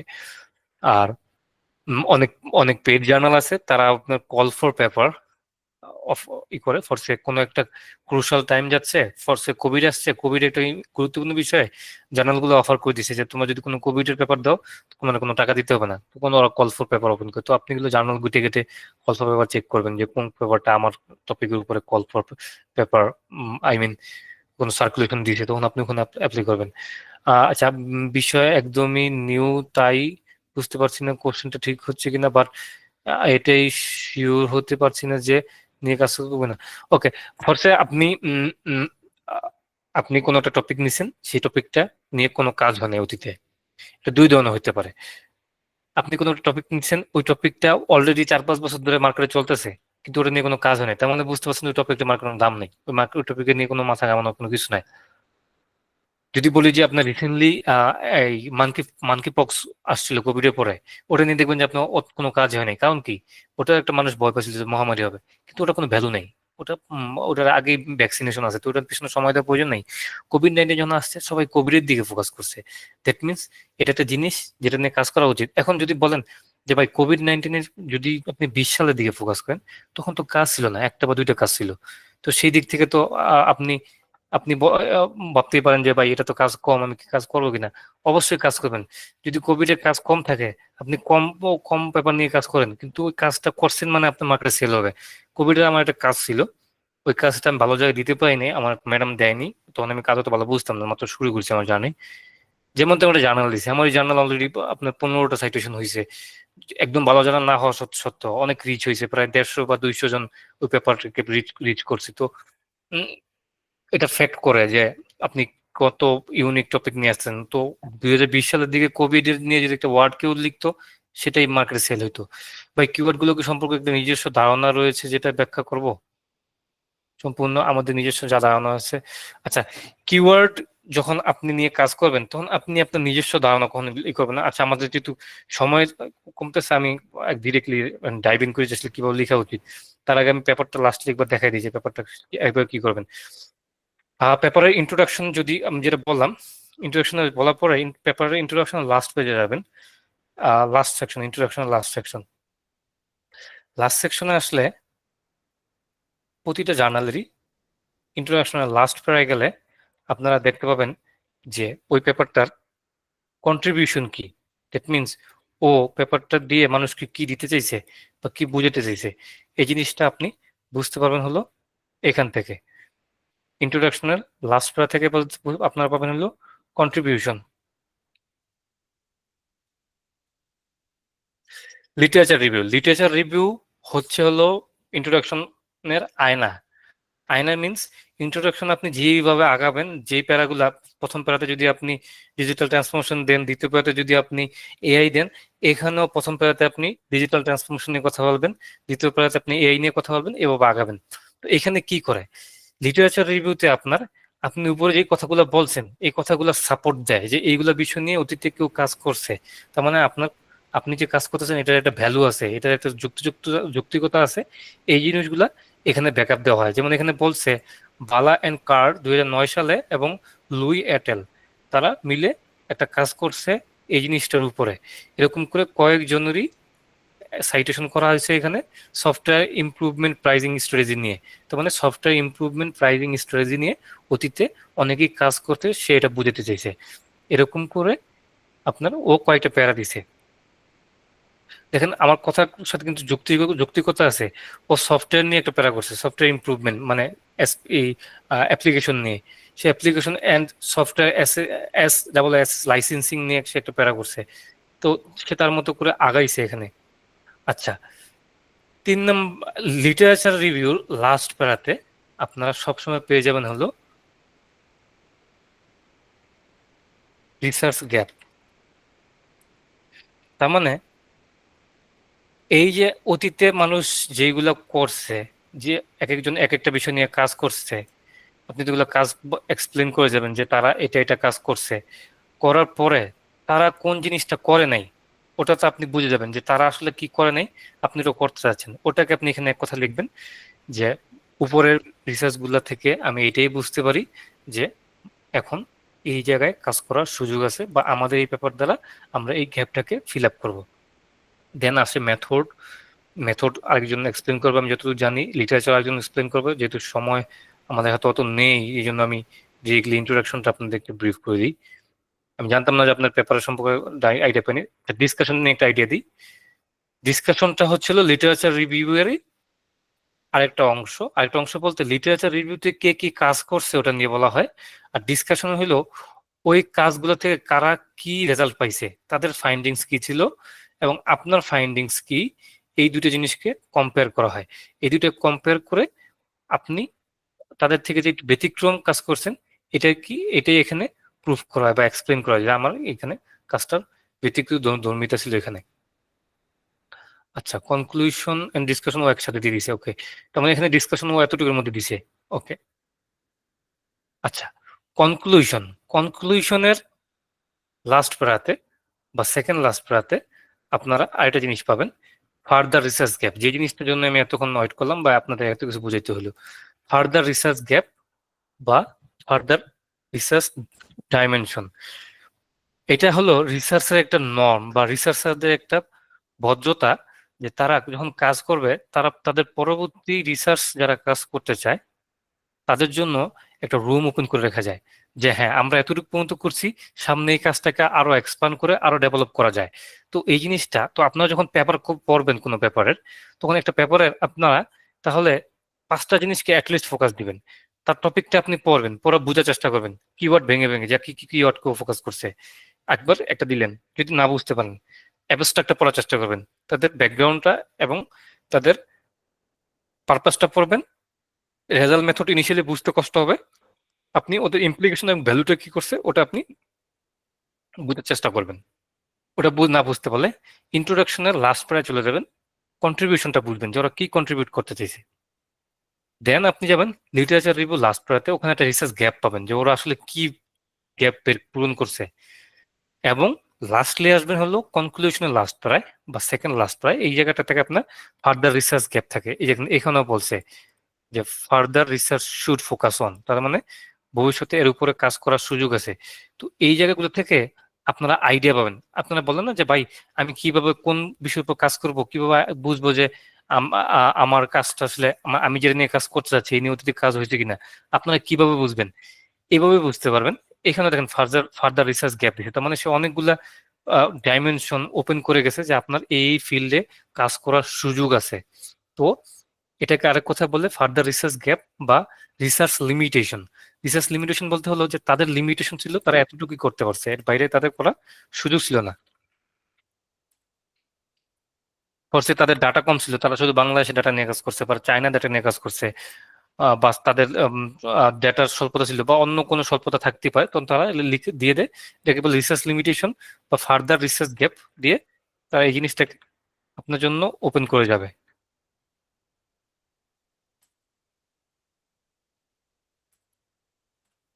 ওকে, এই যে যখন আমরা পেপারটা বুঝবো, পেপারটা এখন আমি বুঝে ফেললাম যে আমরা যখন কোনো টপিক মনে করেন আমার মাথায় আসলো, আমি এআই নিয়ে কাজ করব এবং এআইটা টেকনোলজি ইন্ডাস্ট্রিতে কিভাবে ইম্প্যাক্ট ফেলতেছে নিয়ে কাজ করব।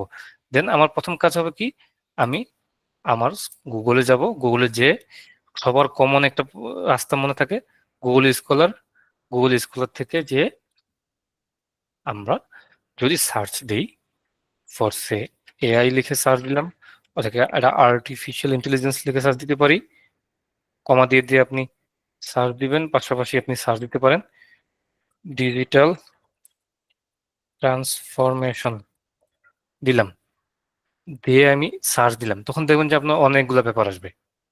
এই পেপারগুলো থেকে আপনি ভালোগুলো চেক করবেন, যেটা আমি শুরুতে দেখাইছি ওভাবে চেক করে দেন ওই পেপারগুলো আমি যেভাবে পড়তে বলছি এভাবে পড়বেন। পড়লে আপনি এখান থেকে আইডিয়া পাবেন। এখন এই ক্ষেত্রে সবসময় মাথায় রাখবেন লাস্ট 3 ইয়ার্সের পেপার পাবেন, তার আগের পেপার না। আপনি যদি 2015 কোনো পেপার পড়ে আপনি ডিসিশন নেন যে আপনি কোনো কাজ করবেন, তাহলে আপনি বোকার রাজ্যে আছেন, কারণ এই 10 বছরে অনেক দূর আগে গেছে দুনিয়া। চেষ্টা করবেন যে 23, 24, 25 এই সময়ের পেপারগুলোকে ফোকাস করা, তাহলে আপনি বুঝতে পারবেন যে আসলে কি করার সুযোগ আছে এবং কি মার্কেটে হয় নাই। দেন আপনি ওই পেপারটাকে পড়বেন, আমি যেভাবে বললাম পড়বেন, এভাবে পড়লে আপনার আইডিয়া আসবে যে আমার, তখন আপনার মাথার মধ্যে টপিক আসবে যে আমি এই টপিকটা নিয়ে কাজ করব। দেন আমি ধরেন যে আমার এই টপিকটা আমি সিলেক্ট করলাম যে এই টপিকটা নিয়ে কাজ করব, তো পরবর্তীতে আপনার কি কাজ হবে, আপনাকে ইন্ট্রোডাকশন লেখার ক্ষেত্রে এই ধরনের একটা স্ট্র্যাটেজি ফলো করি আমি, যেটা আমি সবাইকে রেফার করি। তা করার আগে আপনাকে যেটা করতে হবে, ইন্ট্রোডাকশন লিটারেচার লেখার আগে সবচেয়ে গুরুত্বপূর্ণ বিষয় হলো যে আপনি ডেটা এবং মেথড এটা চুজ করবেন, যে কোন ডেটা আপনি ইউজ করতে চান এবং কোন মেথড আপনি ইউজ করতে চান। আপনি লেখালেখি শুরু করে ফেলছেন কিন্তু ডেটা কালেক্ট করতে পারতেছেন না বা ডেটাই নাই, তখন কিন্তু আপনি বিপদে পড়ে যাবেন। আপনি মেথডই আপনি জানেন না কোন মেথড ইউজ করবেন, তো সেক্ষেত্রে আগে ডিসাইড করতে হবে যে আমি এই মেথড ইউজ করবো, এই ডাটা ইউজ করবো, তারপরে আমি রেজাল্ট বের করবো। তো সেক্ষেত্রে আপনি যখন মেথড, রেজাল্ট এবং ডেটা সেট নিয়ে আপনি শিওর হবেন যে না আমার এগুলো জিনিস পাওয়া এবং এর উপর কাজ করার সক্ষমতা আমার আছে, দেন আপনি লেখা শুরু করবেন। অনেকে আছে লেখা শুরু করে ফেলে, পরে যে দেখে যে না, ও মা আমার তো ডাটা নাই, এই ডাটা পাওয়া যাচ্ছে না মাঠে, বা মার্কেটে এই ধরনের ডাটা নেই, আমি যেভাবে ভাবছি এভাবে কিছুই নেই। তো সেক্ষেত্রে বিপদে পড়তে হবে। তো ইন্ট্রোডাকশন লেখার ক্ষেত্রে আমি যেটা করছি দেখেন, এখানে আমি বলছি কর্পোরেট ডিজিটাল রেসপন্সিবিলিটি নিয়ে একটা প্যারা লিখবো, এআই নিয়ে একটা প্যারা লিখবো, ক্লাউড কম্পিউটিং নিয়ে একটা প্যারা লিখবো, 3টে প্যারা লিখবো আমি ভাবছি। তো 3টে প্যারাতে আমি প্রথম ভাবছিলাম যে আমি আমি ক্লাউড এবং এআই নিয়ে আগে লিখবো, দেন কর্পোরেট ডিজিটাল রেসপন্সিবিলিটি লিখবো। পরে আমি ভাবলাম না, আমি আগে কর্পোরেট ডিজিটাল রেসপন্সিবিলিটি নিয়ে লিখবো, কারণ আপনার পেপার, আপনি পেপারটা লিখতেছেন, এখানে অডিয়েন্স যদি প্রথম দিকে পড়ে না বুঝতে পারে যে আপনি কিছুর উপরে কাজ করতেছেন, তখন সে ইন্টারেস্ট হারা ফেলবে। সেই জন্য আপনি শুরুতেই বুঝে দিবেন কোনটা আপনার গুরুত্বপূর্ণ বিষয়। আমার গুরুত্বপূর্ণ বিষয় হলো কর্পোরেট ডিজিটাল রেসপন্সিবিলিটি, আমি ওটা নিয়ে একটা প্যারা লিখবো। যেমন আমি এখানে লিখছি, যদি এখানে দেখেন,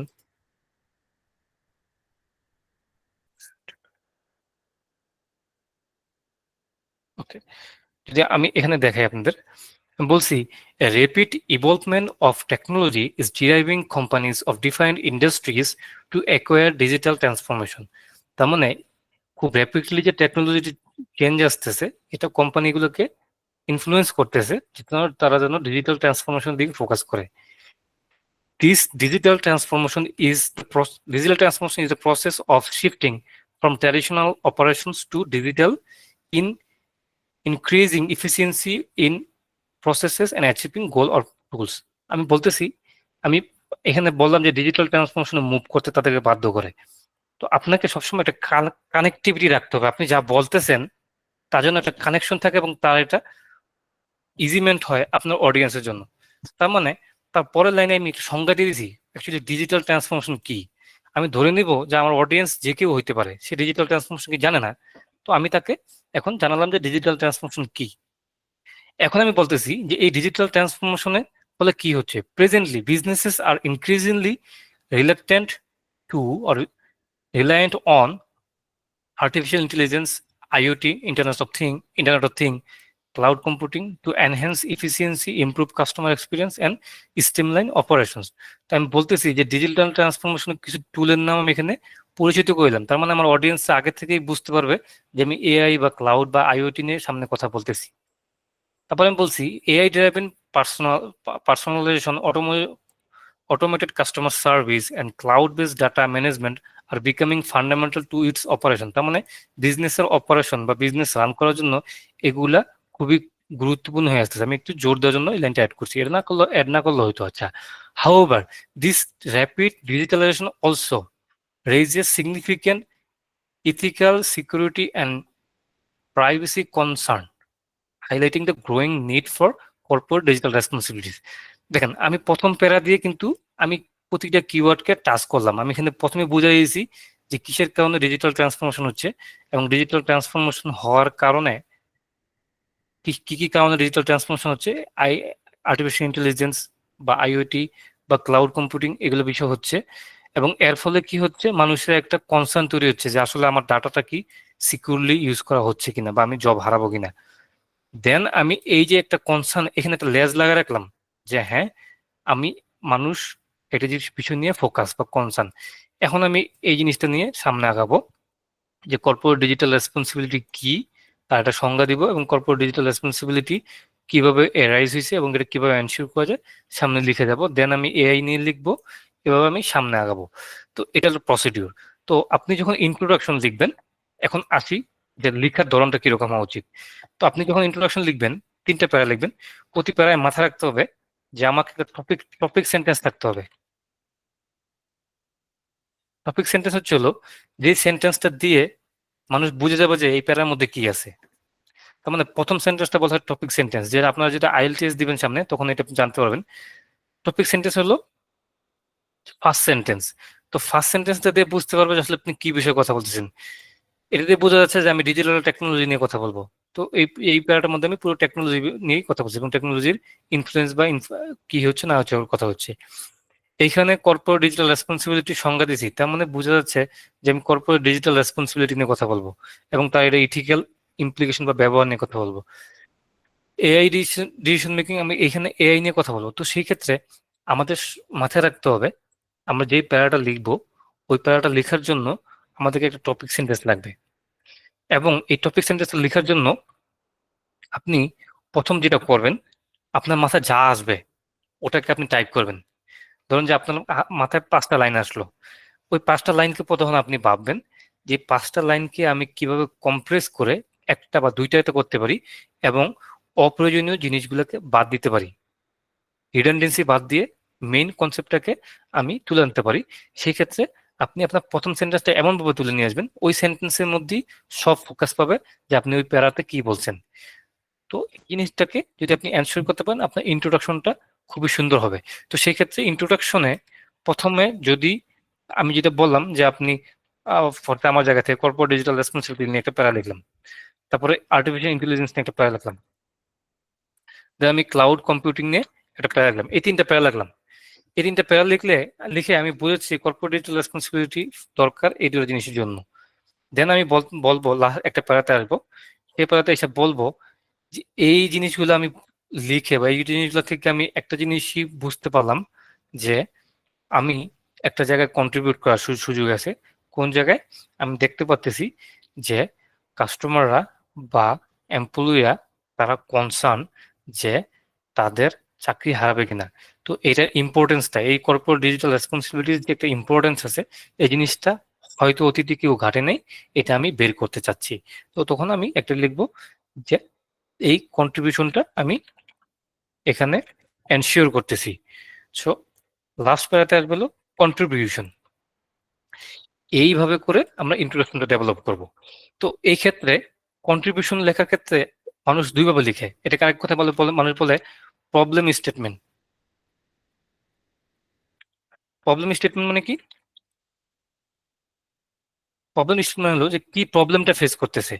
তার মানে এই কর্পোরেট ডিজিটাল রেসপন্সিবিলিটি গুরুত্বপূর্ণ টেকনোলজি ইন্ডাস্ট্রি বা ট্রাভেল ইন্ডাস্ট্রির জন্য, এটা অনেকে জানে না বা এটা নিয়ে জানানো হয় না এই সোসাইটিকে। তো এইটা একটা প্রবলেম যেটা জানা দরকার, না হলে কোম্পানিগুলা মার্কেটে পিছিয়ে যাবে বা কোম্পানিগুলো ক্ষতিগ্রস্ত হবে। এটা একটা প্রবলেম। তো এটাকে আপনি প্রবলেম স্টেটমেন্ট হিসেবে বলতে পারেন, বা আপনি কন্ট্রিবিউশন আকারে লিখতে পারেন যে এই কন্ট্রিবিউশন আমি করতে চাচ্ছি। মানে আপনি লেখার ধরনের উপর ডিপেন্ড করবে কন্ট্রিবিউশন টাইপ লিখতেছেন নাকি প্রবলেম স্টেটমেন্ট হিসেবে লিখতেছেন। তো এই জিনিসগুলাই মাথায় রেখে আমাদের আগাতে হবে। তো এটা করতে যে আমার পরের ক্ষেত্রে কি আসবে, হাইপোথেসিস আসবে। যদি আমি হাইপোথেসিস আমার পেপারটা থেকে দেখাই, এখানে আমি 2টা হাইপোথেসিস লিখছি। বলছি companies practicing higher standards of corporate digital responsibilities are more likely to contribute positivity to employment growth in AI driven sectors. তার মানে এআই ড্রিভেন সেক্টরস যেগুলো আছে ওগুলো সেক্টরে যারা কর্পোরেট ডিজিটাল রেসপন্সিবিলিটি প্র্যাকটিস করে তারা খুব পজিটিভ রেসপন্স পাওয়ার সম্ভাবনা আছে। এটা আমার একটা হাইপোথেসিস। এটা সত্য হইতে পারে না হইতে পারে। যদি সত্য হয় তাহলে আমার সমস্যা নেই, মিথ্যা হলে সমস্যা নেই। তখন আমি আমার একটা রেজাল্ট বা আমার ইনসাইট আমি মার্কেটে শেয়ার করব। দ্বিতীয় হাইপোথেসিস আমি কি পাচ্ছি, enhance digital inclusion initiatives by corporations ensures positive customer experience. তার মানে যদি কোনো company advanced digital inclusion that means measures protection use করে তাদের কাস্টমার ডাটাকে সেফ রাখার জন্য বা সিকিউর রাখার জন্য, তখন কাস্টমাররা খুব পজিটিভ একটা ফিডব্যাক দিয়ে থাকে। তো আমি এই দুইটা হাইপোথিসিস ডেভেলপ করছি। তো এই হাইপোথিসিস গুলোকে আপনাকে আগে ডেভেলপ করতে হবে। এই হাইপোথিসিস উপরে ভিত্তি করে কিন্তু আপনার পেপার লেখা হবে। আপনার ইন্ট্রোডাকশন উপর ভিত্তি করে আপনি হাইপোথিসিস বা আপনার মডেল লিখবেন না।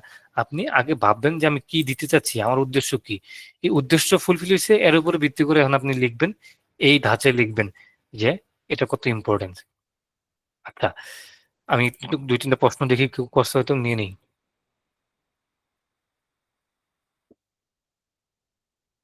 হ্যাঁ, মেহেদী হাসান।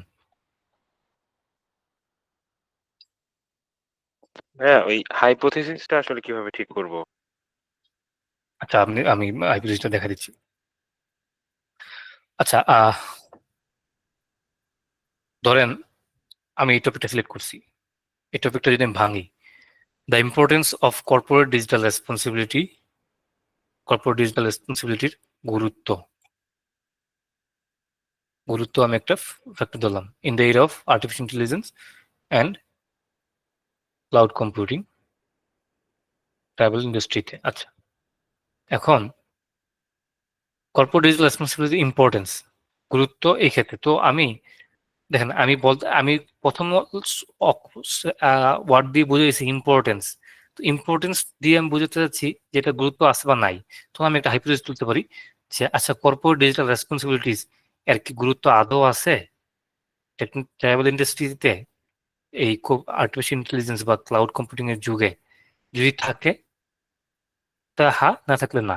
তো এইটা একটা আপনার হাইপোথিসিস ডেভেলপ করা অপশন হতে পারে যে হ্যাঁ, যে corporate digital responsibilities has a positive impact on travel industry during artificial intelligence and or during the era of artificial intelligence and cloud computing। তখন আপনি কি হলো, একটা হাইপোথিসিস অলরেডি ডেভেলপ করে ফেললেন যে একটা পজিটিভ, আপনি ভাবলেন যে পজিটিভ পজিটিভ, বা আপনার মনে হলো না নেগেটিভ, তখন আপনি লিখলেন যে নেগেটিভ ইম্প্যাক্ট আছে, কর্পোরেট ডিজিটাল রেসপন্সিবিলিটি প্রয়োজন নাই, নেগেটিভ দিলেন।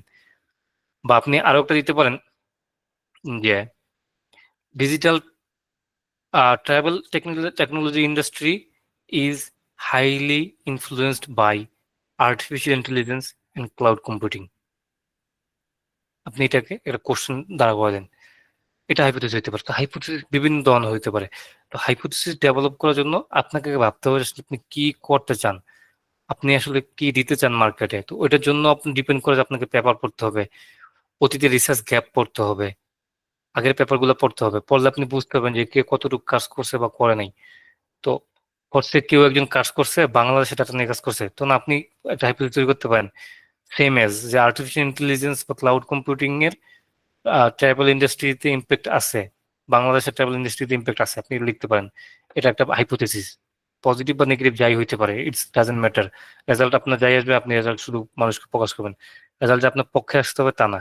তো এরকম হবে। তো হাইপোথিসিস ডেভেলপ করার অপশনটা এরকম।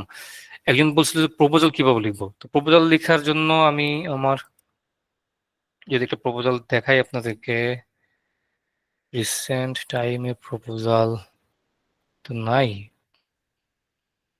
একটা প্রপোজাল দেখাতে পারি, ওই প্রপোজালটা দিয়ে আমরা $600K ফান্ড পাইছিলাম।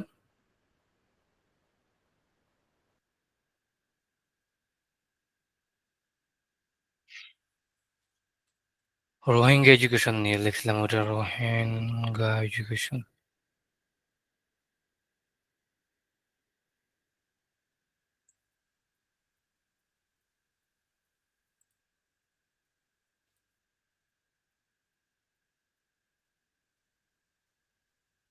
রোহিঙ্গা এডুকেশনের ব্যাপারটা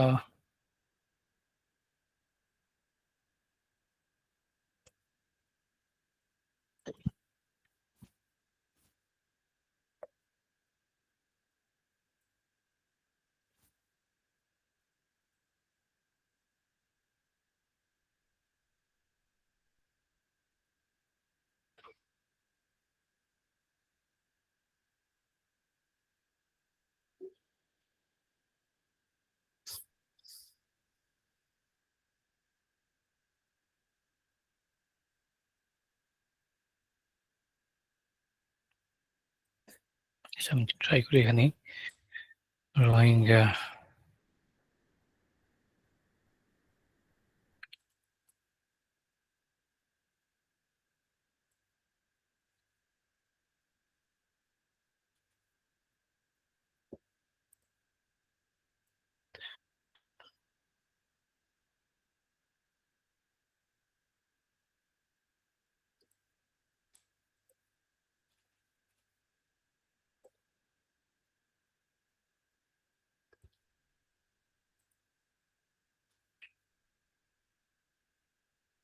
হুম, আচ্ছা আচ্ছা আচ্ছা আচ্ছা জেসমিন ম্যামকে একটা প্রপোজাল লিখে দিচ্ছিলাম করে দেখাই।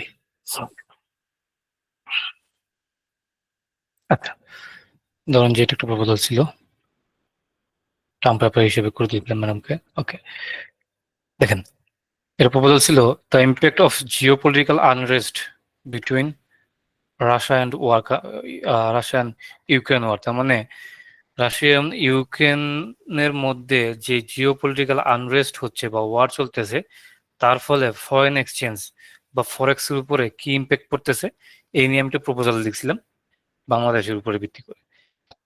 এখানেও সেম আপনি একটা ইন্ট্রোডাকশন দিবেন, ব্যাকগ্রাউন্ড দিবেন, যে এখানে আমি ব্যাকগ্রাউন্ড দিছি যে কোভিড আসার পরে নতুন একটা ধাক্কা হলো রাশিয়া ইউক্রেন ওয়ার। এক লাইন আমি বুঝে দিছি যে আমি রাশিয়া ইউক্রেন ওয়ার নিয়ে কথা বলতে চাচ্ছি। দেন আমি রাশিয়া ইউক্রেন ওয়ারটা কতটা গুরুত্বপূর্ণ এবং এর ফলে যে যেহেতু আহ এই দুইটা নেইবরিং কান্ট্রি ক্ষতিগ্রস্ত হচ্ছে তা না, পুরো বিশ্বই ক্ষতিগ্রস্ত হচ্ছে, এটা আমি বুঝিয়ে দিছি এখানে বলছি। দেন আমি বলছি যে এর ফলে ফাইন্যান্সিয়াল সেক্টরটাও ক্ষতিগ্রস্ত হচ্ছে। মানে আপনার একটা কোহেশন থাকতে পারে, আপনি হুট করে এক জায়গায় চলে গেলে হবে না। আমার উদ্দেশ্য কি, যে রাশিয়া ইউক্রেন যুদ্ধের ফলে ফরেন এক্সচেঞ্জ কিভাবে ক্ষতিগ্রস্ত হচ্ছে। তো আমি রাশিয়া ইউক্রেন যুদ্ধের ফলে ডাইরেক্ট ফরেন এক্সচেঞ্জে চলে যাওয়াটা আমার জন্য যুক্তিযুক্ত না। তো আমি রাশিয়া ইউক্রেন ওয়ার বলছি, বলে এটা বলছি যে পুরো বিশ্ব ক্ষতিগ্রস্ত হচ্ছে। সেটা কোন কোন ক্ষেত্রে ক্ষতিগ্রস্ত হচ্ছে, সেটা সাপ্লাই চেনকে ক্ষতিগ্রস্ত করতেছে, সেটা আপনার কি বলে অয়েল ইন্ডাস্ট্রিতে ক্ষতিগ্রস্ত করতেছে, বাইলেটারাল ট্রেডকে ক্ষতিগ্রস্ত করতেছে। এটা বলার পরে সেটা যে শুধু ওইগুলোই ক্ষতিগ্রস্ত করতেছে তা না, সে ফাইন্যান্সিয়াল সাপ্লাই চেনকেও ক্ষতিগ্রস্ত করতেছে তার ফলে। তখন আমি আস্তে করে ফাইন্যান্সিয়াল সেক্টরে চলে আসছি। আসার পরে আমি বলছি এর ফলে কি হচ্ছে, ডলারের রেট বা ইউরোর রেট এটা চেঞ্জ হয়ে যাচ্ছে, এটা ভ্যালু চেঞ্জ হচ্ছে, মানে ফরেন এক্সচেঞ্জে একটা ইনফ্লুয়েন্স পড়তেছে। এটা বলে দেন আমি একটা রিসার্চ গ্যাপ নিয়ে আসছি এখানে। রিসার্চ গ্যাপ দিয়ে আমি এখানে একটা কন্ট্রিবিউশনের জায়গা তৈরি করছি। এই যে লিটারেচার রিভিউ দিয়ে আমি ব্যাকআপ দিয়েছি, যে আমি যা বলছি সেম কথাগুলো কিন্তু বলছিলেন, যে রাশিয়া ইউক্রেন ওয়ার কি হয়েছে এবং তার ফলে কি হচ্ছে, এটা প্রতিটা ব্যাকগ্রাউন্ড। আপনি যা বলবেন তার প্রমাণ লাগবে। আপনি বলছেন যে রাশিয়া ইউক্রেন ওয়ারের ফলে পুরো দুনিয়া ক্ষতিগ্রস্ত, তার প্রমাণ কি? এটা নিয়ে কেউ কাজ করছে, এটা আপনাকে প্রুফ দিতে হবে, বা এটা নিয়ে কেউ কনসার্ন, তো এরকম ভাবে আমরা প্রুফ দিচ্ছি। এটা ফলে যে ফাইন্যান্সিয়াল সেক্টর ক্ষতিগ্রস্ত হচ্ছে, এটা প্রুফ কি? এটা প্রুফ হিসেবে আমি এটা দিছি যে হ্যাঁ ফাইন্যান্সিয়াল সেক্টর ক্ষতিগ্রস্ত হচ্ছে, এরকম কথা বলছে অনেকে। তো এভাবে আপনাকে প্রুফ দিতে হবে লিটারেচার রিভিউর মাধ্যমে। দেন বেসড অন দ্যাট আমি কি লিটারেচার গ্যাপ পাচ্ছি, based on the above cited literature it is crystal that there is no study on the effect of Russia-Ukraine war on foreign exchange market movement considering developing country। তার মানে আমি যখন পড়ছি তখন দেখছি যে ডেভেলপমেন্ট কান্ট্রি গুলো নিয়ে কাজ করা হয়েছে, কিন্তু ডেভেলপিং কান্ট্রিতে যাওয়া ক্ষতিগ্রস্ত হচ্ছে ফরেন এক্সচেঞ্জ, এটা নিয়ে কেউ কাজ করে নাই। আমার এটা কাজ করা ইচ্ছা ছিল। মোরওভার তার পাশাপাশি no studies conducted on how influential this war is for Bangladeshi currency rate. Bangladeshi currency রেটের জন্য কতটা ইনফ্লুয়েন্সিয়াল, এটা নিয়ে কেউ কাজ করে নেই। Against world foreign exchange, world wide foreign এক্সচেঞ্জের বিপরীতে যে বাংলাদেশে, এই জায়গার মধ্যে আমি ডেভেলপিং কান্ট্রিতে বলছি, পাশাপাশি আমি বাংলাদেশকেও ইন পার্টিকুলার একটা ফোকাস দিব, এটা আমি বুঝাইছি। কারণ আমার টপিকে কিন্তু আমি বলছি যে আমি বাংলাদেশ নিয়ে কাজ করব। তো যেহেতু আমি বলছি বাংলাদেশ নিয়ে কাজ করব, আমার ফোকাসটা বাংলাদেশকে রাখতে হবে। তো এটাকে আমি যেহেতু এখানে বুঝে দিয়েছি যে আমি কি করতে চাই বা কি গ্যাপ আছে, এই গ্যাপটাকেই পরে আমি আমার হাইপোথিসিস বানাইতে হবে। কি করছি, determining the impact of Russia Ukraine war on Bangladesh foreign exchange market. বাংলাদেশের ফরেন এক্সচেঞ্জ মার্কেটে কি ইম্প্যাক্ট ফেলতেছে। তার মানে আমার প্রথম গ্যাপটাকে আমি এখানে পূরণ করলাম, এক নম্বর এই গ্যাপটাকে পূরণ করলাম, সেকেন্ড গ্যাপটাকে। দুই নম্বর কি বলছি, based on the historical data this study will forecast the future Bangladesh foreign exchange market situation. এখানে আমি প্রেডিকশনও করতে চাইছি যে ফিউচার কি হইতে পারে, ফিউচারে রাশিয়া ইউক্রেন যুদ্ধের ইম্প্যাক্টটা কি হইতে পারে। তো আমি দুইটা হাইপোথিসিস ডেভেলপ করছি এখানে, যে বাংলাদেশের মার্কেটের কথা চিন্তা করে। তো আপনার একটা রিসার্চ প্রপোজালে কি হবে, প্রপোজালে তো আপনি রেজাল্ট বের করবেন না, আপনি প্রপোজ করতেছেন, আপনি কাজ করবেন। সেক্ষেত্রে আপনি কি করবেন, যে কি মেথড ইউজ করবেন, এটা প্রপোজাল করবেন, কি ডাটা ইউজ করবেন। তো আমি এখানে প্রপোজ করছি যে আমি সেকেন্ডারি ডাটা নিব কই থেকে, বাংলাদেশ ব্যাংক থেকে, এবং আমি প্রাইমারি কিছু ডাটা নিব, বা ডাটা নিব এগুলো বলে দিচ্ছি কোন কোন জায়গা থেকে ডাটা নিব, কোন মেথড ইউজ করবো আমি এখানে বলছি। আমি vector regression analysis method use করবো, এটা বলছি। আমি একটা ইকুয়েশন দেখাইছি যে আমি এই ইকুয়েশন শো করে আমি আমার রেজাল্টটা বের করতে চাই। দেন আপনাকে মেথডের মধ্যে আপনি যে ভেরিয়েবল গুলো, ইকুয়েশন গুলো অবশ্যই ভেরিয়েবল দিয়ে ডেভেলপ করা হয়। দেন আপনাকে এখানে ভেরিয়েবল গুলাকে বর্ণনা করতে হবে যে আপনি কি কি ভেরিয়েবল ইউজ করতে যাচ্ছেন। এগুলা আমি এখানে ভেরিয়েবল গুলোকে আলাদা আলাদা বর্ণনা করি নাই, একসাথে করে দিয়েছি, অনেক সময় আলাদা আলাদা বর্ণনা করি। এবং লাস্টলি এই কাজটা করার ফলে আসলে কি কন্ট্রিবিউশন হবে মার্কেটে বা কি লাভ হবে এটা আপনি বলে দিবেন। যেমন আমি 4টা কন্ট্রিবিউশন বলে এসেছি, 4টা উপকার হইতে পারে। কনক্লুশনে ওই ইন্ট্রোডাকশন যা বলবেন সেটাই আপনি আপনি অন্যভাবে ঘুরে শর্টকাটে বলে দিবেন যে আসলে আসে ওইখানে যুদ্ধের ইম্প্যাক্টটা। আমি একটা টাইম প্রপোজাল দিচ্ছি, 6 মাস আমার লাগবে কাজ করতে। আমি ডাটা কালেকশন করব 1 থেকে 6 সপ্তাহের মধ্যে। 7 নম্বর থেকে 12 নম্বর সপ্তাহে আমি মেথোডোলজি রান করব, এবং 12 থেকে 24 নম্বর সপ্তাহ এই সময়টাতে আমি মেনু স্ক্রিপ্ট রাইটিং করব, মানে আমি পেপার লিখবো। তার মানে আমার এটা দেখে কিন্তু আপনি বুঝতে পারতেছেন কখনোই আপনি ইন্ট্রোডাকশন আগে লিখবেন না। আগে আপনি ডাটা কালেক্ট করবেন, আপনি মেথড রান করবেন। যদি আপনি মেথড রান করে সফল হন তারপরে আপনি পেপার লিখবেন, তাহলে সময় নষ্ট হবে। দেন আসবে রেফারেন্স। শর্ট করে আমি একটু একটা জিনিস শিখে দিই।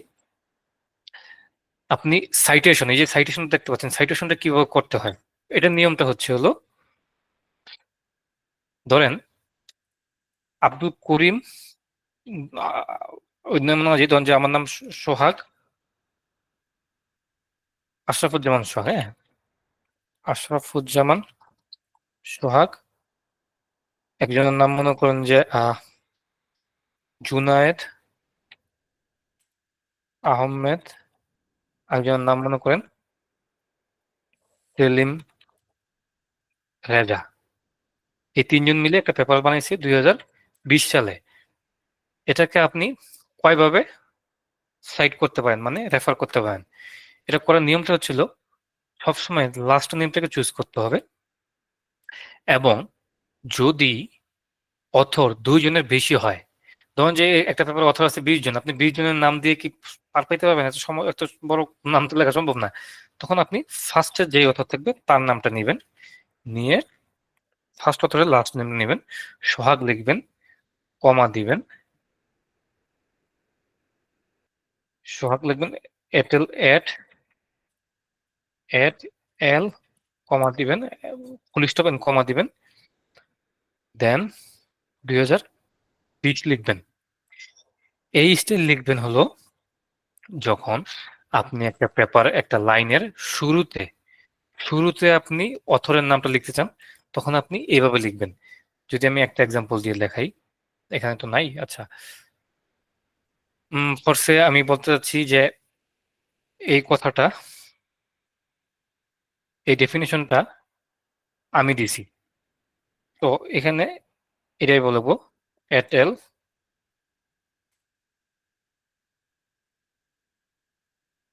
Defined age. তার মানে আমি যখন সেন্টেন্সের শুরুতে কোনো রেফারেন্স দিব তখন আমি এইভাবে লিখবো যে এই লোকটা এটা ডিফাইন করছে এভাবে। আর যদি আমি সেন্টেন্সে ডেভেলপ করতে একটু ভুল হয় বা ভয় পাই যে আমার সেন্টেন্স হচ্ছে কিনা, তখন সহজ সলিউশন হলো আপনি সেন্টেন্স লাস্টে রেফারেন্সটা দিবেন, এবং রেফারেন্সটা তখন নামটা পুরো নামটাই আপনার ব্র্যাকেটের মধ্যে চলে আসবে। আর যদি সামনে থাকে আপনার নাম, তখন শুধু সালটা আপনার ব্র্যাকেটের মধ্যে আসবে। এই প্রসিডিউর ফলো করবেন। এখন যদি আপনার প্রশ্ন থাকে যে ভাই যদি 2 জনের 3 মানে 3 জনের কম বা 2 জন হয় তখন কি হবে? ফরসে আমার 2 জন, তখন আমরা কি করব? 2 জনের নাম লিখবো। কিভাবে লিখবো? তখন আমি লিখবো সোহাগ এন্ড, অথবা আমরা এই এন্ড দিতে পারি, এন্ড আহমেদ। তখন ফুল স্টপ আসবে না, শুধু কমা হবে, ব্র্যাকেট হবে, 2020 হবে। সেম ভাবে যদি আমি এই আমার নামটাকে লাস্টে দিতে যাই সেন্টেন্সের, তখন পুরো নামটা ব্র্যাকেটের মাঝখানে আসবে। আর যদি একজন হয় তখন আরো ইজি, তখন একজনের নাম দিবেন, যদি ব্র্যাকেটের লাস্টে হয় ব্র্যাকেটের মধ্যে দিবেন। এই হলো রেফারেন্স লেখার একটা সহজ পন্থা। তো এখন বাজে কয়টা? আচ্ছা,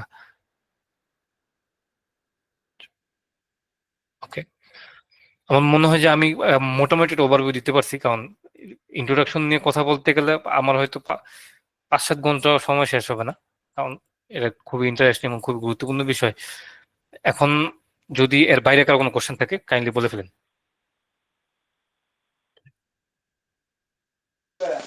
ভাই বাইরে না, আসলে আপনি তো বললেন এটা একটা বড় পার্ট, সো কোনো ম্যাটেরিয়ালস কি আমরা পেতে পারি, বা হচ্ছে কোনো সাজেশন থাকবে যেখান থেকে একটা আপনার ইনসাইটের পরে ফার্দার জানার সুযোগ থাকবে আর কি? আচ্ছা, উম যদি আপনি বলেন যে ভাই আমি কিভাবে ইন্ট্রোডাকশন লিখতে শিখবো, আমি যেটা প্র্যাকটিস করছি এবং এটা সব থেকে বেশি আমার জন্য উপকার হয়েছে, উম আমি একটু মেনশনই করতে চাই। আমি যার থেকে শিখছি তিনি হচ্ছেন হলো জয়নুল আবেদিন মুরাদ। উনি হচ্ছেন হলো আপনার এখন ইংল্যান্ডের সোয়ানসি ইউনিভার্সিটির একজন প্রফেসর হিসেবে, সিনিয়র প্রফেসর হিসেবে আছেন। তো তিনি ফিনটেকের একজন প্রফেসর, সে কোভিড সময়ে বাংলাদেশে আসছিলেন এবং তখন আমি তার থেকে শেখার সুযোগ হয়েছে। তো মানুষটা অনেকটা নলেজেবল ব্যক্তিত্ব। তো তার আগে আমি বিভিন্নভাবে কাজ করতাম এবং অনেক ভুল ভ্রান্তি জানতাম। দেন ওনার থেকে আসলে আমি শিখতে পারছি what is the actual way to conduct research. So সে আমাকে একটা জিনিস ক্লিয়ারলি শিখাইছে যে আশরাফ বা সোহাগ, তোমাকে যেটা করতে হবে, তোমাকে হচ্ছে হলো নিজেকে পড়তে হবে। হুম, যে তুমি যত পড়বা তত তুমি শিখতে পারবা। মানে আপনার শিখার কোনো শেষ নাই, এবং শিখতে হলে আপনাকে নিজে থেকে পড়তে হবে। এখন কি পড়বেন? আপনি আপনাকে সলিউশন দিয়ে দিছি। আপনি কোনো ফেক জার্নাল, ভুল আর্টিকেল, খারাপ পেপার না পড়ে আপনাকে আমি এখন সলিউশন দিয়ে দিছি। আপনি এখন কি করবেন? হোয়াটসঅ্যাপ আপনার ডোমেইনের কোনো একটা কাজ করতে চান, সেটার পেপার নামাবেন 4-5টা, নামে ওদের ইন্ট্রোডাকশন গুলো পড়বেন যে ওরা আসলে কিভাবে লিখছে, ওদের লেখার স্টাইলটা পড়বেন। লেখার স্টাইলটা পড়ে শেখার চেষ্টা করবেন। ওখান থেকে আপনি ভাববেন যে এটাকে অন্যভাবে লেখা যায় কিনা। আমি এটা করতাম, আমি দেখতাম যে ওদের ওদের আমি আপনাদেরকে বলি, সত্য কথা বলতে তো আসলে লজ্জা কিছু নেই। আমার ইংরেজির অবস্থা এরকম ছিল একটা সময়, যখন আমি ইন্টারমিডিয়েট শেষ করি। আমি জানতাম না অ্যাডমিশন টেস্ট দেওয়ার আগ পর্যন্ত বারের বয়সের সাথে এস বা ইএস যোগ থাকলে ওটা যে সিঙ্গুলার হয়। আমি ভাবতাম যে বারের এস বা ইএস থাকাই মানে প্লুরাল। তার মানে আমার অবস্থা এতটা করুণ ছিল। তো আমার ইমপ্রুভমেন্ট আলহামদুলিল্লাহ কিভাবে আসছে? ইমপ্রুভমেন্টটা এভাবে আসছে, যখন আমি স্যারের সাথে কাজ করতাম, আমি পেপারগুলো পড়তাম, এমন এমন কিছু সেন্টেন্স স্ট্রাকচার দেখতাম খুব ইন্টারেস্টিং, যেটা আপনি ওই অ্যাডভান্স লার্নার থেকে শিখতে পারবেন না, তাই না? তো সেক্ষেত্রে কখন সিম্পল সেন্টেন্স ইউজ করতে হবে, সেন্টেন্সটা ছোট রাখা উচিত, কখন কখন কম্পাউন্ড, কখন কমপ্লেক্স সেন্টেন্স ইউজ করা উচিত, এটা আপনি শিখতে পারবেন ওইলা পেপার লিখলে। আরেকটা জিনিস মনে রাখবেন, রিসার্চ পেপার লিখবেন হলো আপনার অডিয়েন্সকে মেসেজ কনভে করার জন্য। এই জায়গার মধ্যে আপনি কত কঠিন ওয়ার্ড লিখতে পারেন সেটা আপনি দেখাতে আসেন নাই, আপনি আইএলটিএস পরীক্ষা দিতে বসেন নাই। আপনি সবসময় সহজ করে লিখবেন, এত ইজি করে লিখবেন যে যে কেউ অ্যাটলিস্ট ইংলিশ বুঝে সেজন্য লেখাটা বুঝতে পারে। তো এই জিনিসটা মাথায় রেখে আপনি যখন লিখবেন, দেখবেন যে আপনার লেখা খুব সুন্দর হবে এবং একটা কানেক্টিভিটি থাকতে হবে। আমার স্যার আমাকে একটা কথা বলতো যে আশরাফ, তোমার রিসার্চ পেপারটা বা পেপারটা এমনভাবে তৈরি করবা এটা জন্য একটা লাভ লেটার হয়। তুমি তোমার এডিটরের কাছে লাভ লেটার লিখতেছো, সেই জন্য শুরু থেকে শেষ পর্যন্ত পড়তেই আগ্রহ থাকে যে দেখি কি আছে কি আছে, সেজন্য হারায় না যায়। তো মানে একটা কোহেশন থাকতে পারে, কানেক্টিভিটি থাকতে হবে, আপনি কিভাবে কই গেছেন সেটা আমি বারবার বলার চেষ্টা করছি। ইন্ট্রোডাকশনে আপনি কানেক্টিভিটি তৈরি করবেন যে এই প্যারার সাথে এই প্যারা একটা কানেক্টিভিটি তৈরি করতে হবে। একটা টপিক সেন্টেন্স দিয়ে আপনি বুঝাতে যাবেন আপনি কি করছেন, ওই প্যারা লাস্টের লাইনটা আপনি একটা হিন্স দিবেন যে পরের প্যারা কি হইতে যাচ্ছে, ওইটা আবার পরের প্যারায় আপনার একটা টপিক সেন্টেন্স থাকবে, তখন আবার পরের প্যারাতে আপনি একটা হিন্স দিতে যাবেন যে পরের প্যারা আমি কি করতেছি। এই কানেক্টিভিটি দিলে আমার পড়তে আগ্রহ হবে যে আসলে কি যেন আছে ভিতরে, আমি যেন হারায় না যাই, আমি যেন ডিস্ট্রাক্ট না হই। এই জিনিসটা এনশিওর করতে পারলেই আপনার লেখা খুবই গ্রহণযোগ্য হবে। একটা জিনিস সবচেয়ে গুরুত্বপূর্ণ, ইন্ট্রোডাকশন লেখাটা সবচেয়ে ইম্পর্টেন্ট বা one of the most important things of research, because of you are good at technical terms. For আপনি টেকনিক্যালি খুবই সাউন্ড, আপনি আউট অফ 10-এ 10, but you can not convey your message, then এটা কোনো make sense করে না।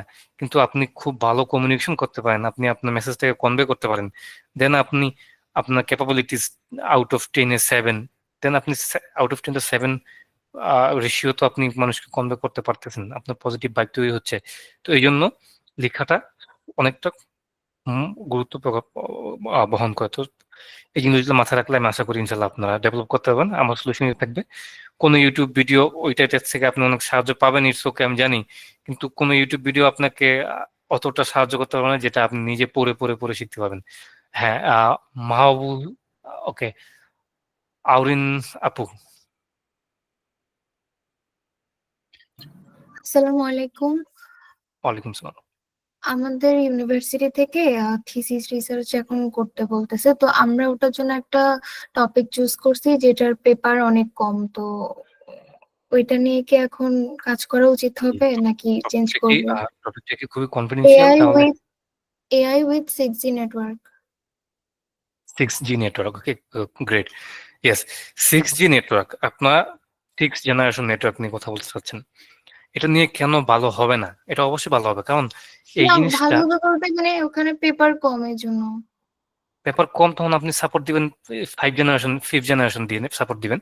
আপনি দেখবেন তখন 5th জেনারেশনের কোনো নেটওয়ার্কিং এ আপনার এআই ইউজ করছে কিনা, তখন আপনি ওটাকে ব্যাকআপ দিবেন। বা এআই কে আপনি সাপোর্ট নিতে পারেন 6th জেনারেশন নেটওয়ার্ক না পাইলে আপনি এআই কে অন্য অন্য নেটওয়ার্কিং সিস্টেমে কিরকম আপনার এআইটা ইনফ্লুয়েন্স করতেছে বা ইনকর্পোরেট করতেছে, ওগুলাকে আপনি রেফারেন্স হিসেবে ইউজ করবেন। আমি আপনাকে একটা উদাহরণ দিতে পারি আমার আমার আমার জীবনের প্রথম কাজ নিয়ে। তো সেই কাজটা ছিল হলো আপনার আহ আচ্ছা, অত দূরে না, যে অনেক ভিতর হয়ে যাবে। তো আমি আপনাকে এটাই বলতে চাচ্ছি যে অবশ্যই আপনি কাজ করবেন, পেপার কম থাকে আপনার পেপার ছোট হবে।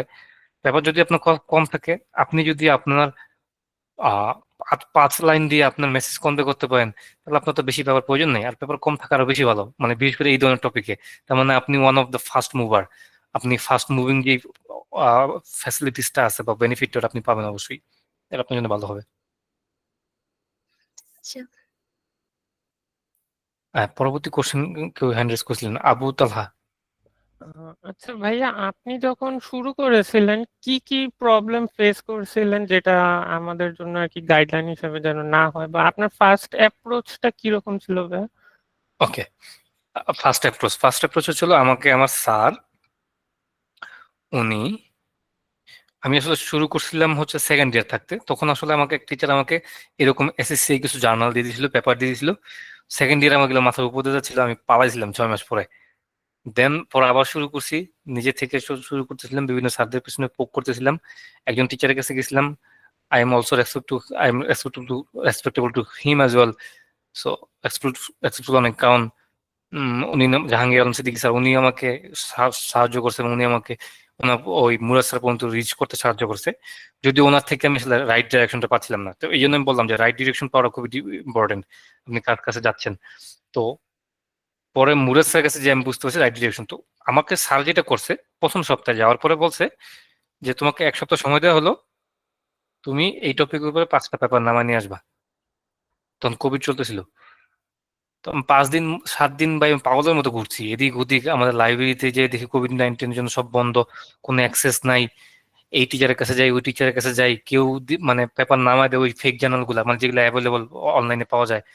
তো ওগুলা আমি নামায় ইউজ করি, কিন্তু দেখা যায় আসলে স্যারের কাছে নিয়ে গেলে স্যার বলে না, এগুলো এগুলো হবে না, এগুলো ফেক জার্নাল, ভালো জার্নাল নিয়ে আসো। তো 1 সপ্তাহে আমি ইফোর্ট দিয়েছি, সেটার প্রুফ স্যার প্রতিনিয়ত বুঝতে পারছে। দেন 7ম দিনে তাক দিনে পাশে বসাইছে, বসায় বলতেছে যে আসো তোমাকে দেখা দিই, খুবই ইজি। তখন সাইহাব দিয়ে সে আমাকে পেপার নামানো শিখাইছে। আর ওই দিনের খুশিতে আমি ওই দিনে 1 ঘন্টায় আমি 100 পেপার নামাইছিলাম। তখন আমার কাছে মনে হচ্ছে আমি টাকা নামাচ্ছি, কারণ একটা পেপার 35 ইউরো 40 ইউরো করে। আমি মনে হচ্ছে কি করতেছি, 40 ইউরো পেপার নামা ফেলতেছি সেকেন্ডে। তো ওই জিনিসটা থেকে আমি একটা লার্নিং পাইছি যে সবসময় পরিশ্রম করতে হবে, নিজেকে চেষ্টা করতে হবে। নিজে চেষ্টা না করে কখনোই কারো কাছে যাওয়া যাবে না, বা এটা সলিউশন কি, তাহলে কি হবে, আপনি শিখতে পারবেন না। পরবর্তীতে আমি 30 জন একটা টিম লিড করতাম স্যারের আন্ডারে। স্যার তো আর সবাইকে সময় দিতে পারতো না, আমার সিনিয়র ছিল, ইভেন আমার ইউনিভার্সিটি টিচারও আমার কাছে শিখতো, আমার জুনিয়রও শিখতো। তাদেরকে আমি ডিরেক্টলি যখন দেখাই দিতাম পেপার কিভাবে নামাতে হয়, 6 মাস পরে নক দিত যে সোহাগ আমি তো ভুলে গেছি কেমনে নামাইতে হয়। তো এই জন্য নিজের থেকে চেষ্টা করতে হবে, অনেক চেষ্টা করে। তখন দেখবেন যে না পারলে কারো কাছে গেলে সে আপনাকে খুব পজিটিভলি আপনাকে মানে শিখাবে, এবং সেইটা ফলে আপনি যে শিক্ষাটা হবে এই শিক্ষাটা আপনার আজীবন কাজে লাগবে। সেকেন্ডলি, আমি যেহেতু প্রবলেম ফেস করছি, ওই যেটা বললাম যে সেন্টেন্স ডেভেলপমেন্টে প্রবলেম হইতো আমার, যে আমি সেন্টেন্সটা ঠিকমতো ডেভেলপ করতেছি না, আমি খুবই কঠিন ওয়ার্ড ইউজ করতেছি। দেন আমাকে স্যার বলতো যে তুমি এই জিনিসটা মাথায় রাখবে যে তুমি একজন এডিটরের কাছে লাভ লেটার লিখতেছো, তুমি তোমার গার্লফ্রেন্ডকে কখনোই চাবা না যে এমন কঠিন কঠিন ওয়ার্ড দিছো সে বুঝে না। তো সেই জন্য আরেকটা কথা বলতো যে আমরা যখন আমাদের আমাদের বান্ধবীদের চিঠি লিখতাম, তখন চিঠিটাকে 100 বার চিঠি লিখে একটা চিঠি পরে পাঠাইতাম, কারণ একটু কাটাছেড়া হইলে আমরা ওটাকে বাদ দিতাম, ছিঁড়ে ফেলতাম। তো ওইরকম রিসার্চ পেপারটা কখনোই একবার লিখার পরে ওটাকে সাবমিট করার মতো হয় না। এটা যত ভালোই রিসার্চার হোক, সেটাকে 10 বার 15 বার 20 বার সেটাকে রিভাইজ করে। তো আপনারা যখন কাজ শুরু করবেন, ইনিশিয়ালি আপনার মাথায় যা আসতেছে আপনি তা লিখেন, লিখার পরে 2 ঘন্টা ব্রেক নেন, একদিন ব্রেক নেন, পরের দিন আবার বসবেন, বসে দেখবেন যে আপনি কি চাচ্ছেন তার সাথে কি আসলে অ্যালাইন করতেছে কিনা, না করলে ইমপ্রুভ করা যায় কোথায়, অল্প অল্প করে ইমপ্রুভ করবেন। এভাবে যখন আগাবেন দেখবেন আপনার কাজ খুব সুন্দর হবে।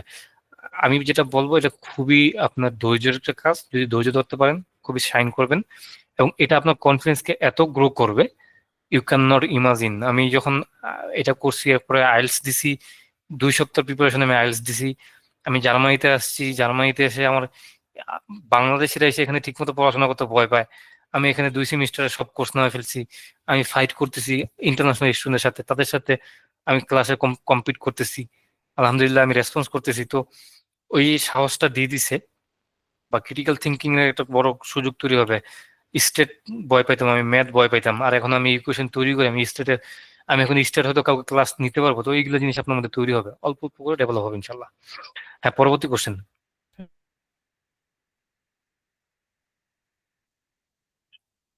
জি, সুজন ভাই। আসসালামু আলাইকুম ভাই। ভাই, হ্যালো। জি জি। ভাই, আপনি যদি আসলে একটু মানে শেয়ার করতেন যে আসলে আপনি স্কলারশিপ পাওয়ার যে জার্নিটা, আর আমি যতটুকু জানি যে জার্মানিতে আসলে মোস্ট প্রবাবলি স্কলারশিপ পাওয়া যায় না, একটা স্কলারশিপ আছে ডাক, যেটা আসলে হুম 2 বছরের ওয়ার্ক এক্সপিরিয়েন্স লাগে। তো নর্মালি হুম। তো মেবি কোনো ফান্ডিংস পাওয়া যায় না। তো আপনি ইরাসমাস আসলে স্কলারশিপ আছে। কিভাবে? আচ্ছা, এটা স্পোর্টস। ওকে। তো ইরাসমাস স্কলারশিপ আছে। এছাড়া এছাড়া কি আরো কি কোনো ওয়ে আছে স্কলারশিপ পাওয়ার, বা আমরা ফার্স্ট যদি অফ অল, কোনোভাবে? জার্মানিতে তো আপনার কোনো টিউশন ফি নাই, জার্মানিতে পড়াশোনা ফ্রি, এটা একটা ব্লেসিং। তো আর স্কলারশিপ ইরাসমাস স্কলারশিপ আছে, ইউনিভার্সিটি গুলো নিজস্ব স্কলারশিপ আছে।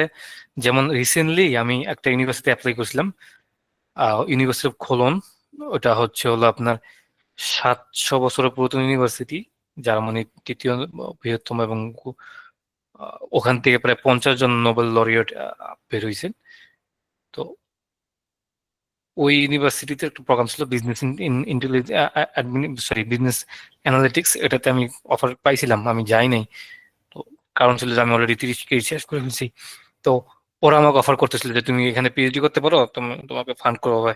তো তারা মানে জার্মানিতে পিএইচডি ফান্ড কম, 1500 থেকে 1600 ইউরো দেয়। 1500-1600 ইউরো তো ভাই, তখন পিএইচডি কেন করবো, আমি তো জব করেই এতে ভালো ইনকাম করতে পারবো।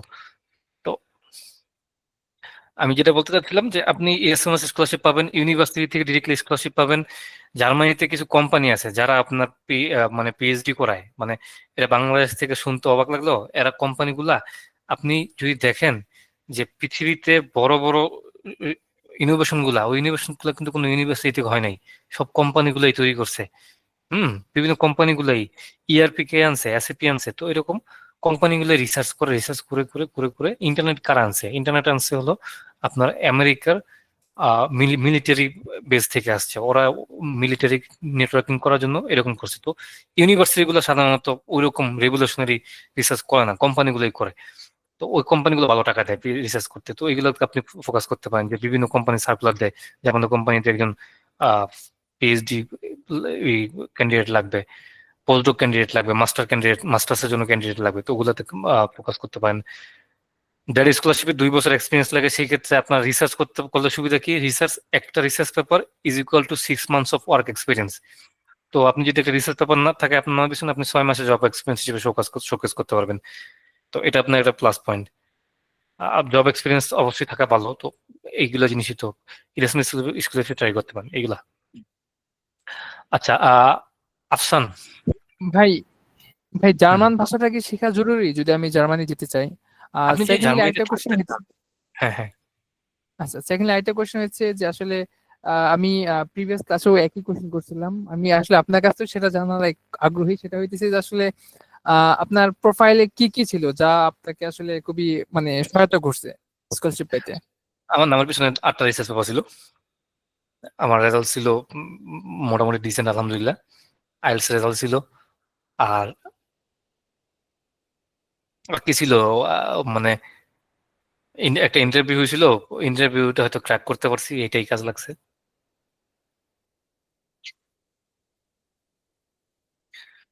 তো ভাই, আর কোনো কি এক্সট্রা কারিকুলাম অ্যাক্টিভিটিস কি ছিল আসলে, বা এটা কি জরুরি আসলে থাকতেই হবে এরকম, বা মানে কতটুকু আপনার বেনিফিট দেয়? ভাই, আপনি ধরেন যে আমি আপনাকে যদি রিড করতে চাই, বা আপনি আপনি একজন আপনি কিরকম অ্যাক্টিভ মানুষ, এটা আমি রিড করতে গেলে আমি দেখবো যে আপনার একাডেমিক রেজাল্ট দেখতে পাই। এক সেকেন্ড, আমি আমার লাইটটা অন করে দিই।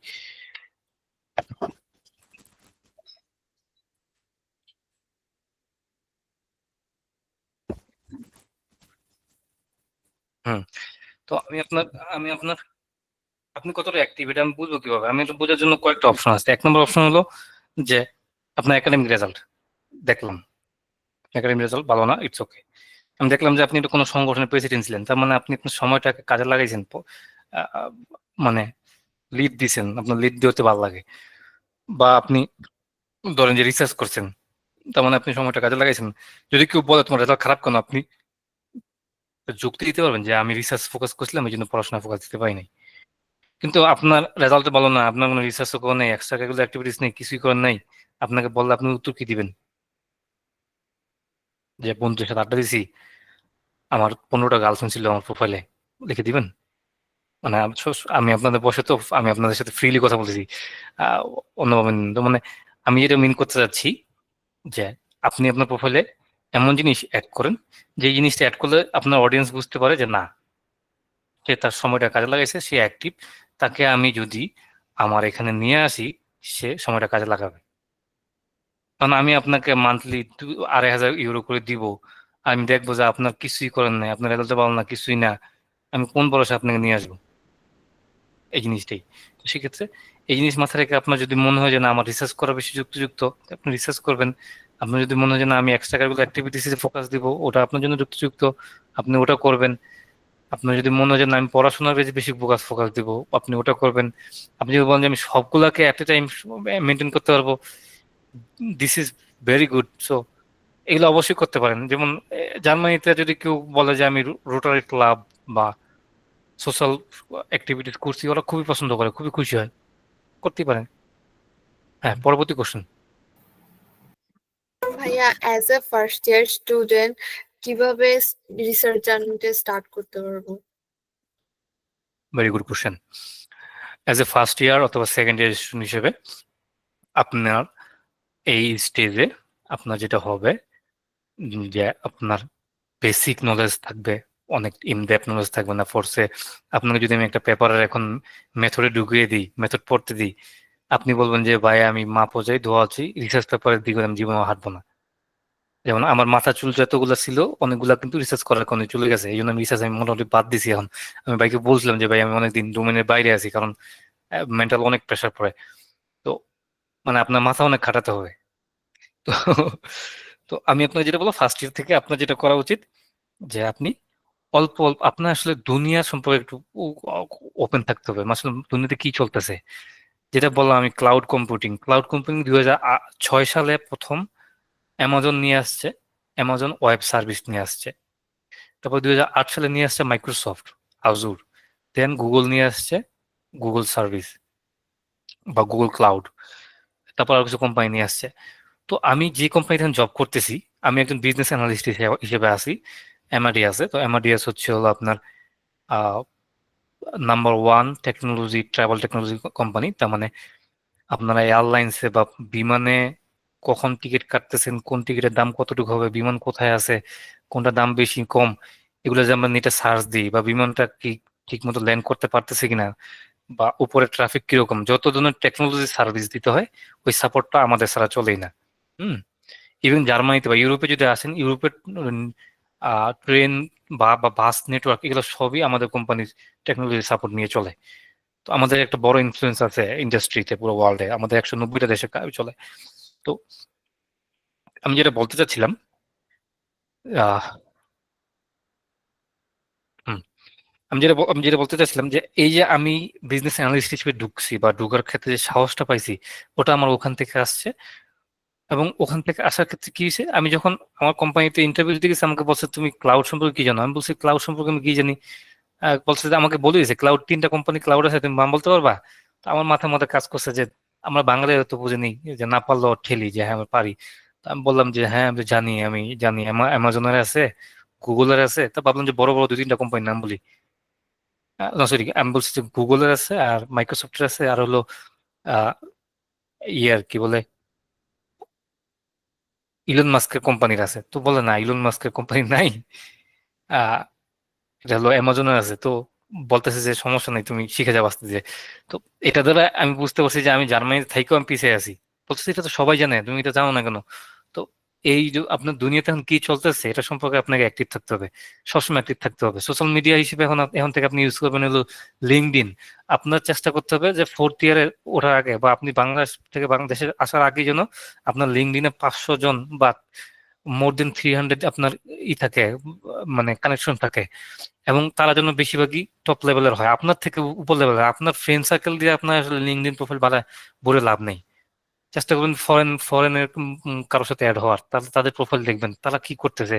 আমার কোম্পানিতে 50 বছরের আমার কলিগ দেখা যাচ্ছে যে সে কোর্স করতেছে, সে এর উপরে কোর্স করতেছে, মাইক্রোসফট আদর উপরে কোর্স করতেছে, পাওয়ার বিআই কোর্স করতেছে, পাইথনের কোর্স করতেছে, ছোট ছোট কোর্স 1 ঘন্টা 1.5 ঘন্টা কোর্স করতেছে। তখন আমি আরো মোটিভেট হই, আরে এরা যদি করে আমি কই না কেন? তো এগুলো জিনিস থেকে আপনি শিখতে পারেন, ওদের সাথে অ্যাড হলে আপনার মধ্যে মোটিভেশন আসবে। তো আপনি ফার্স্ট ইয়ার থেকে থাকা অবস্থা আপনি এটা বেশি করা উচিত, যে আপনি এখানে অ্যাক্টিভ হবেন, আপনার লিঙ্কডিন প্রোফাইলটা সুন্দরভাবে গুছাবেন। দেখবেন যে একজন ভালো লিঙ্কডিন প্রোফাইল হোল্ডারের প্রোফাইল কিরকম। আপনারা চাইলে আমার প্রোফাইল ফলো করতে পারেন, আমি আমার প্রোফাইলে লিখে দিচ্ছি। আমার প্রোফাইল আমি লিখে দিচ্ছি আপনাদের এখানে, বা আমি আমার প্রোফাইলটা শেয়ারই করে দিই।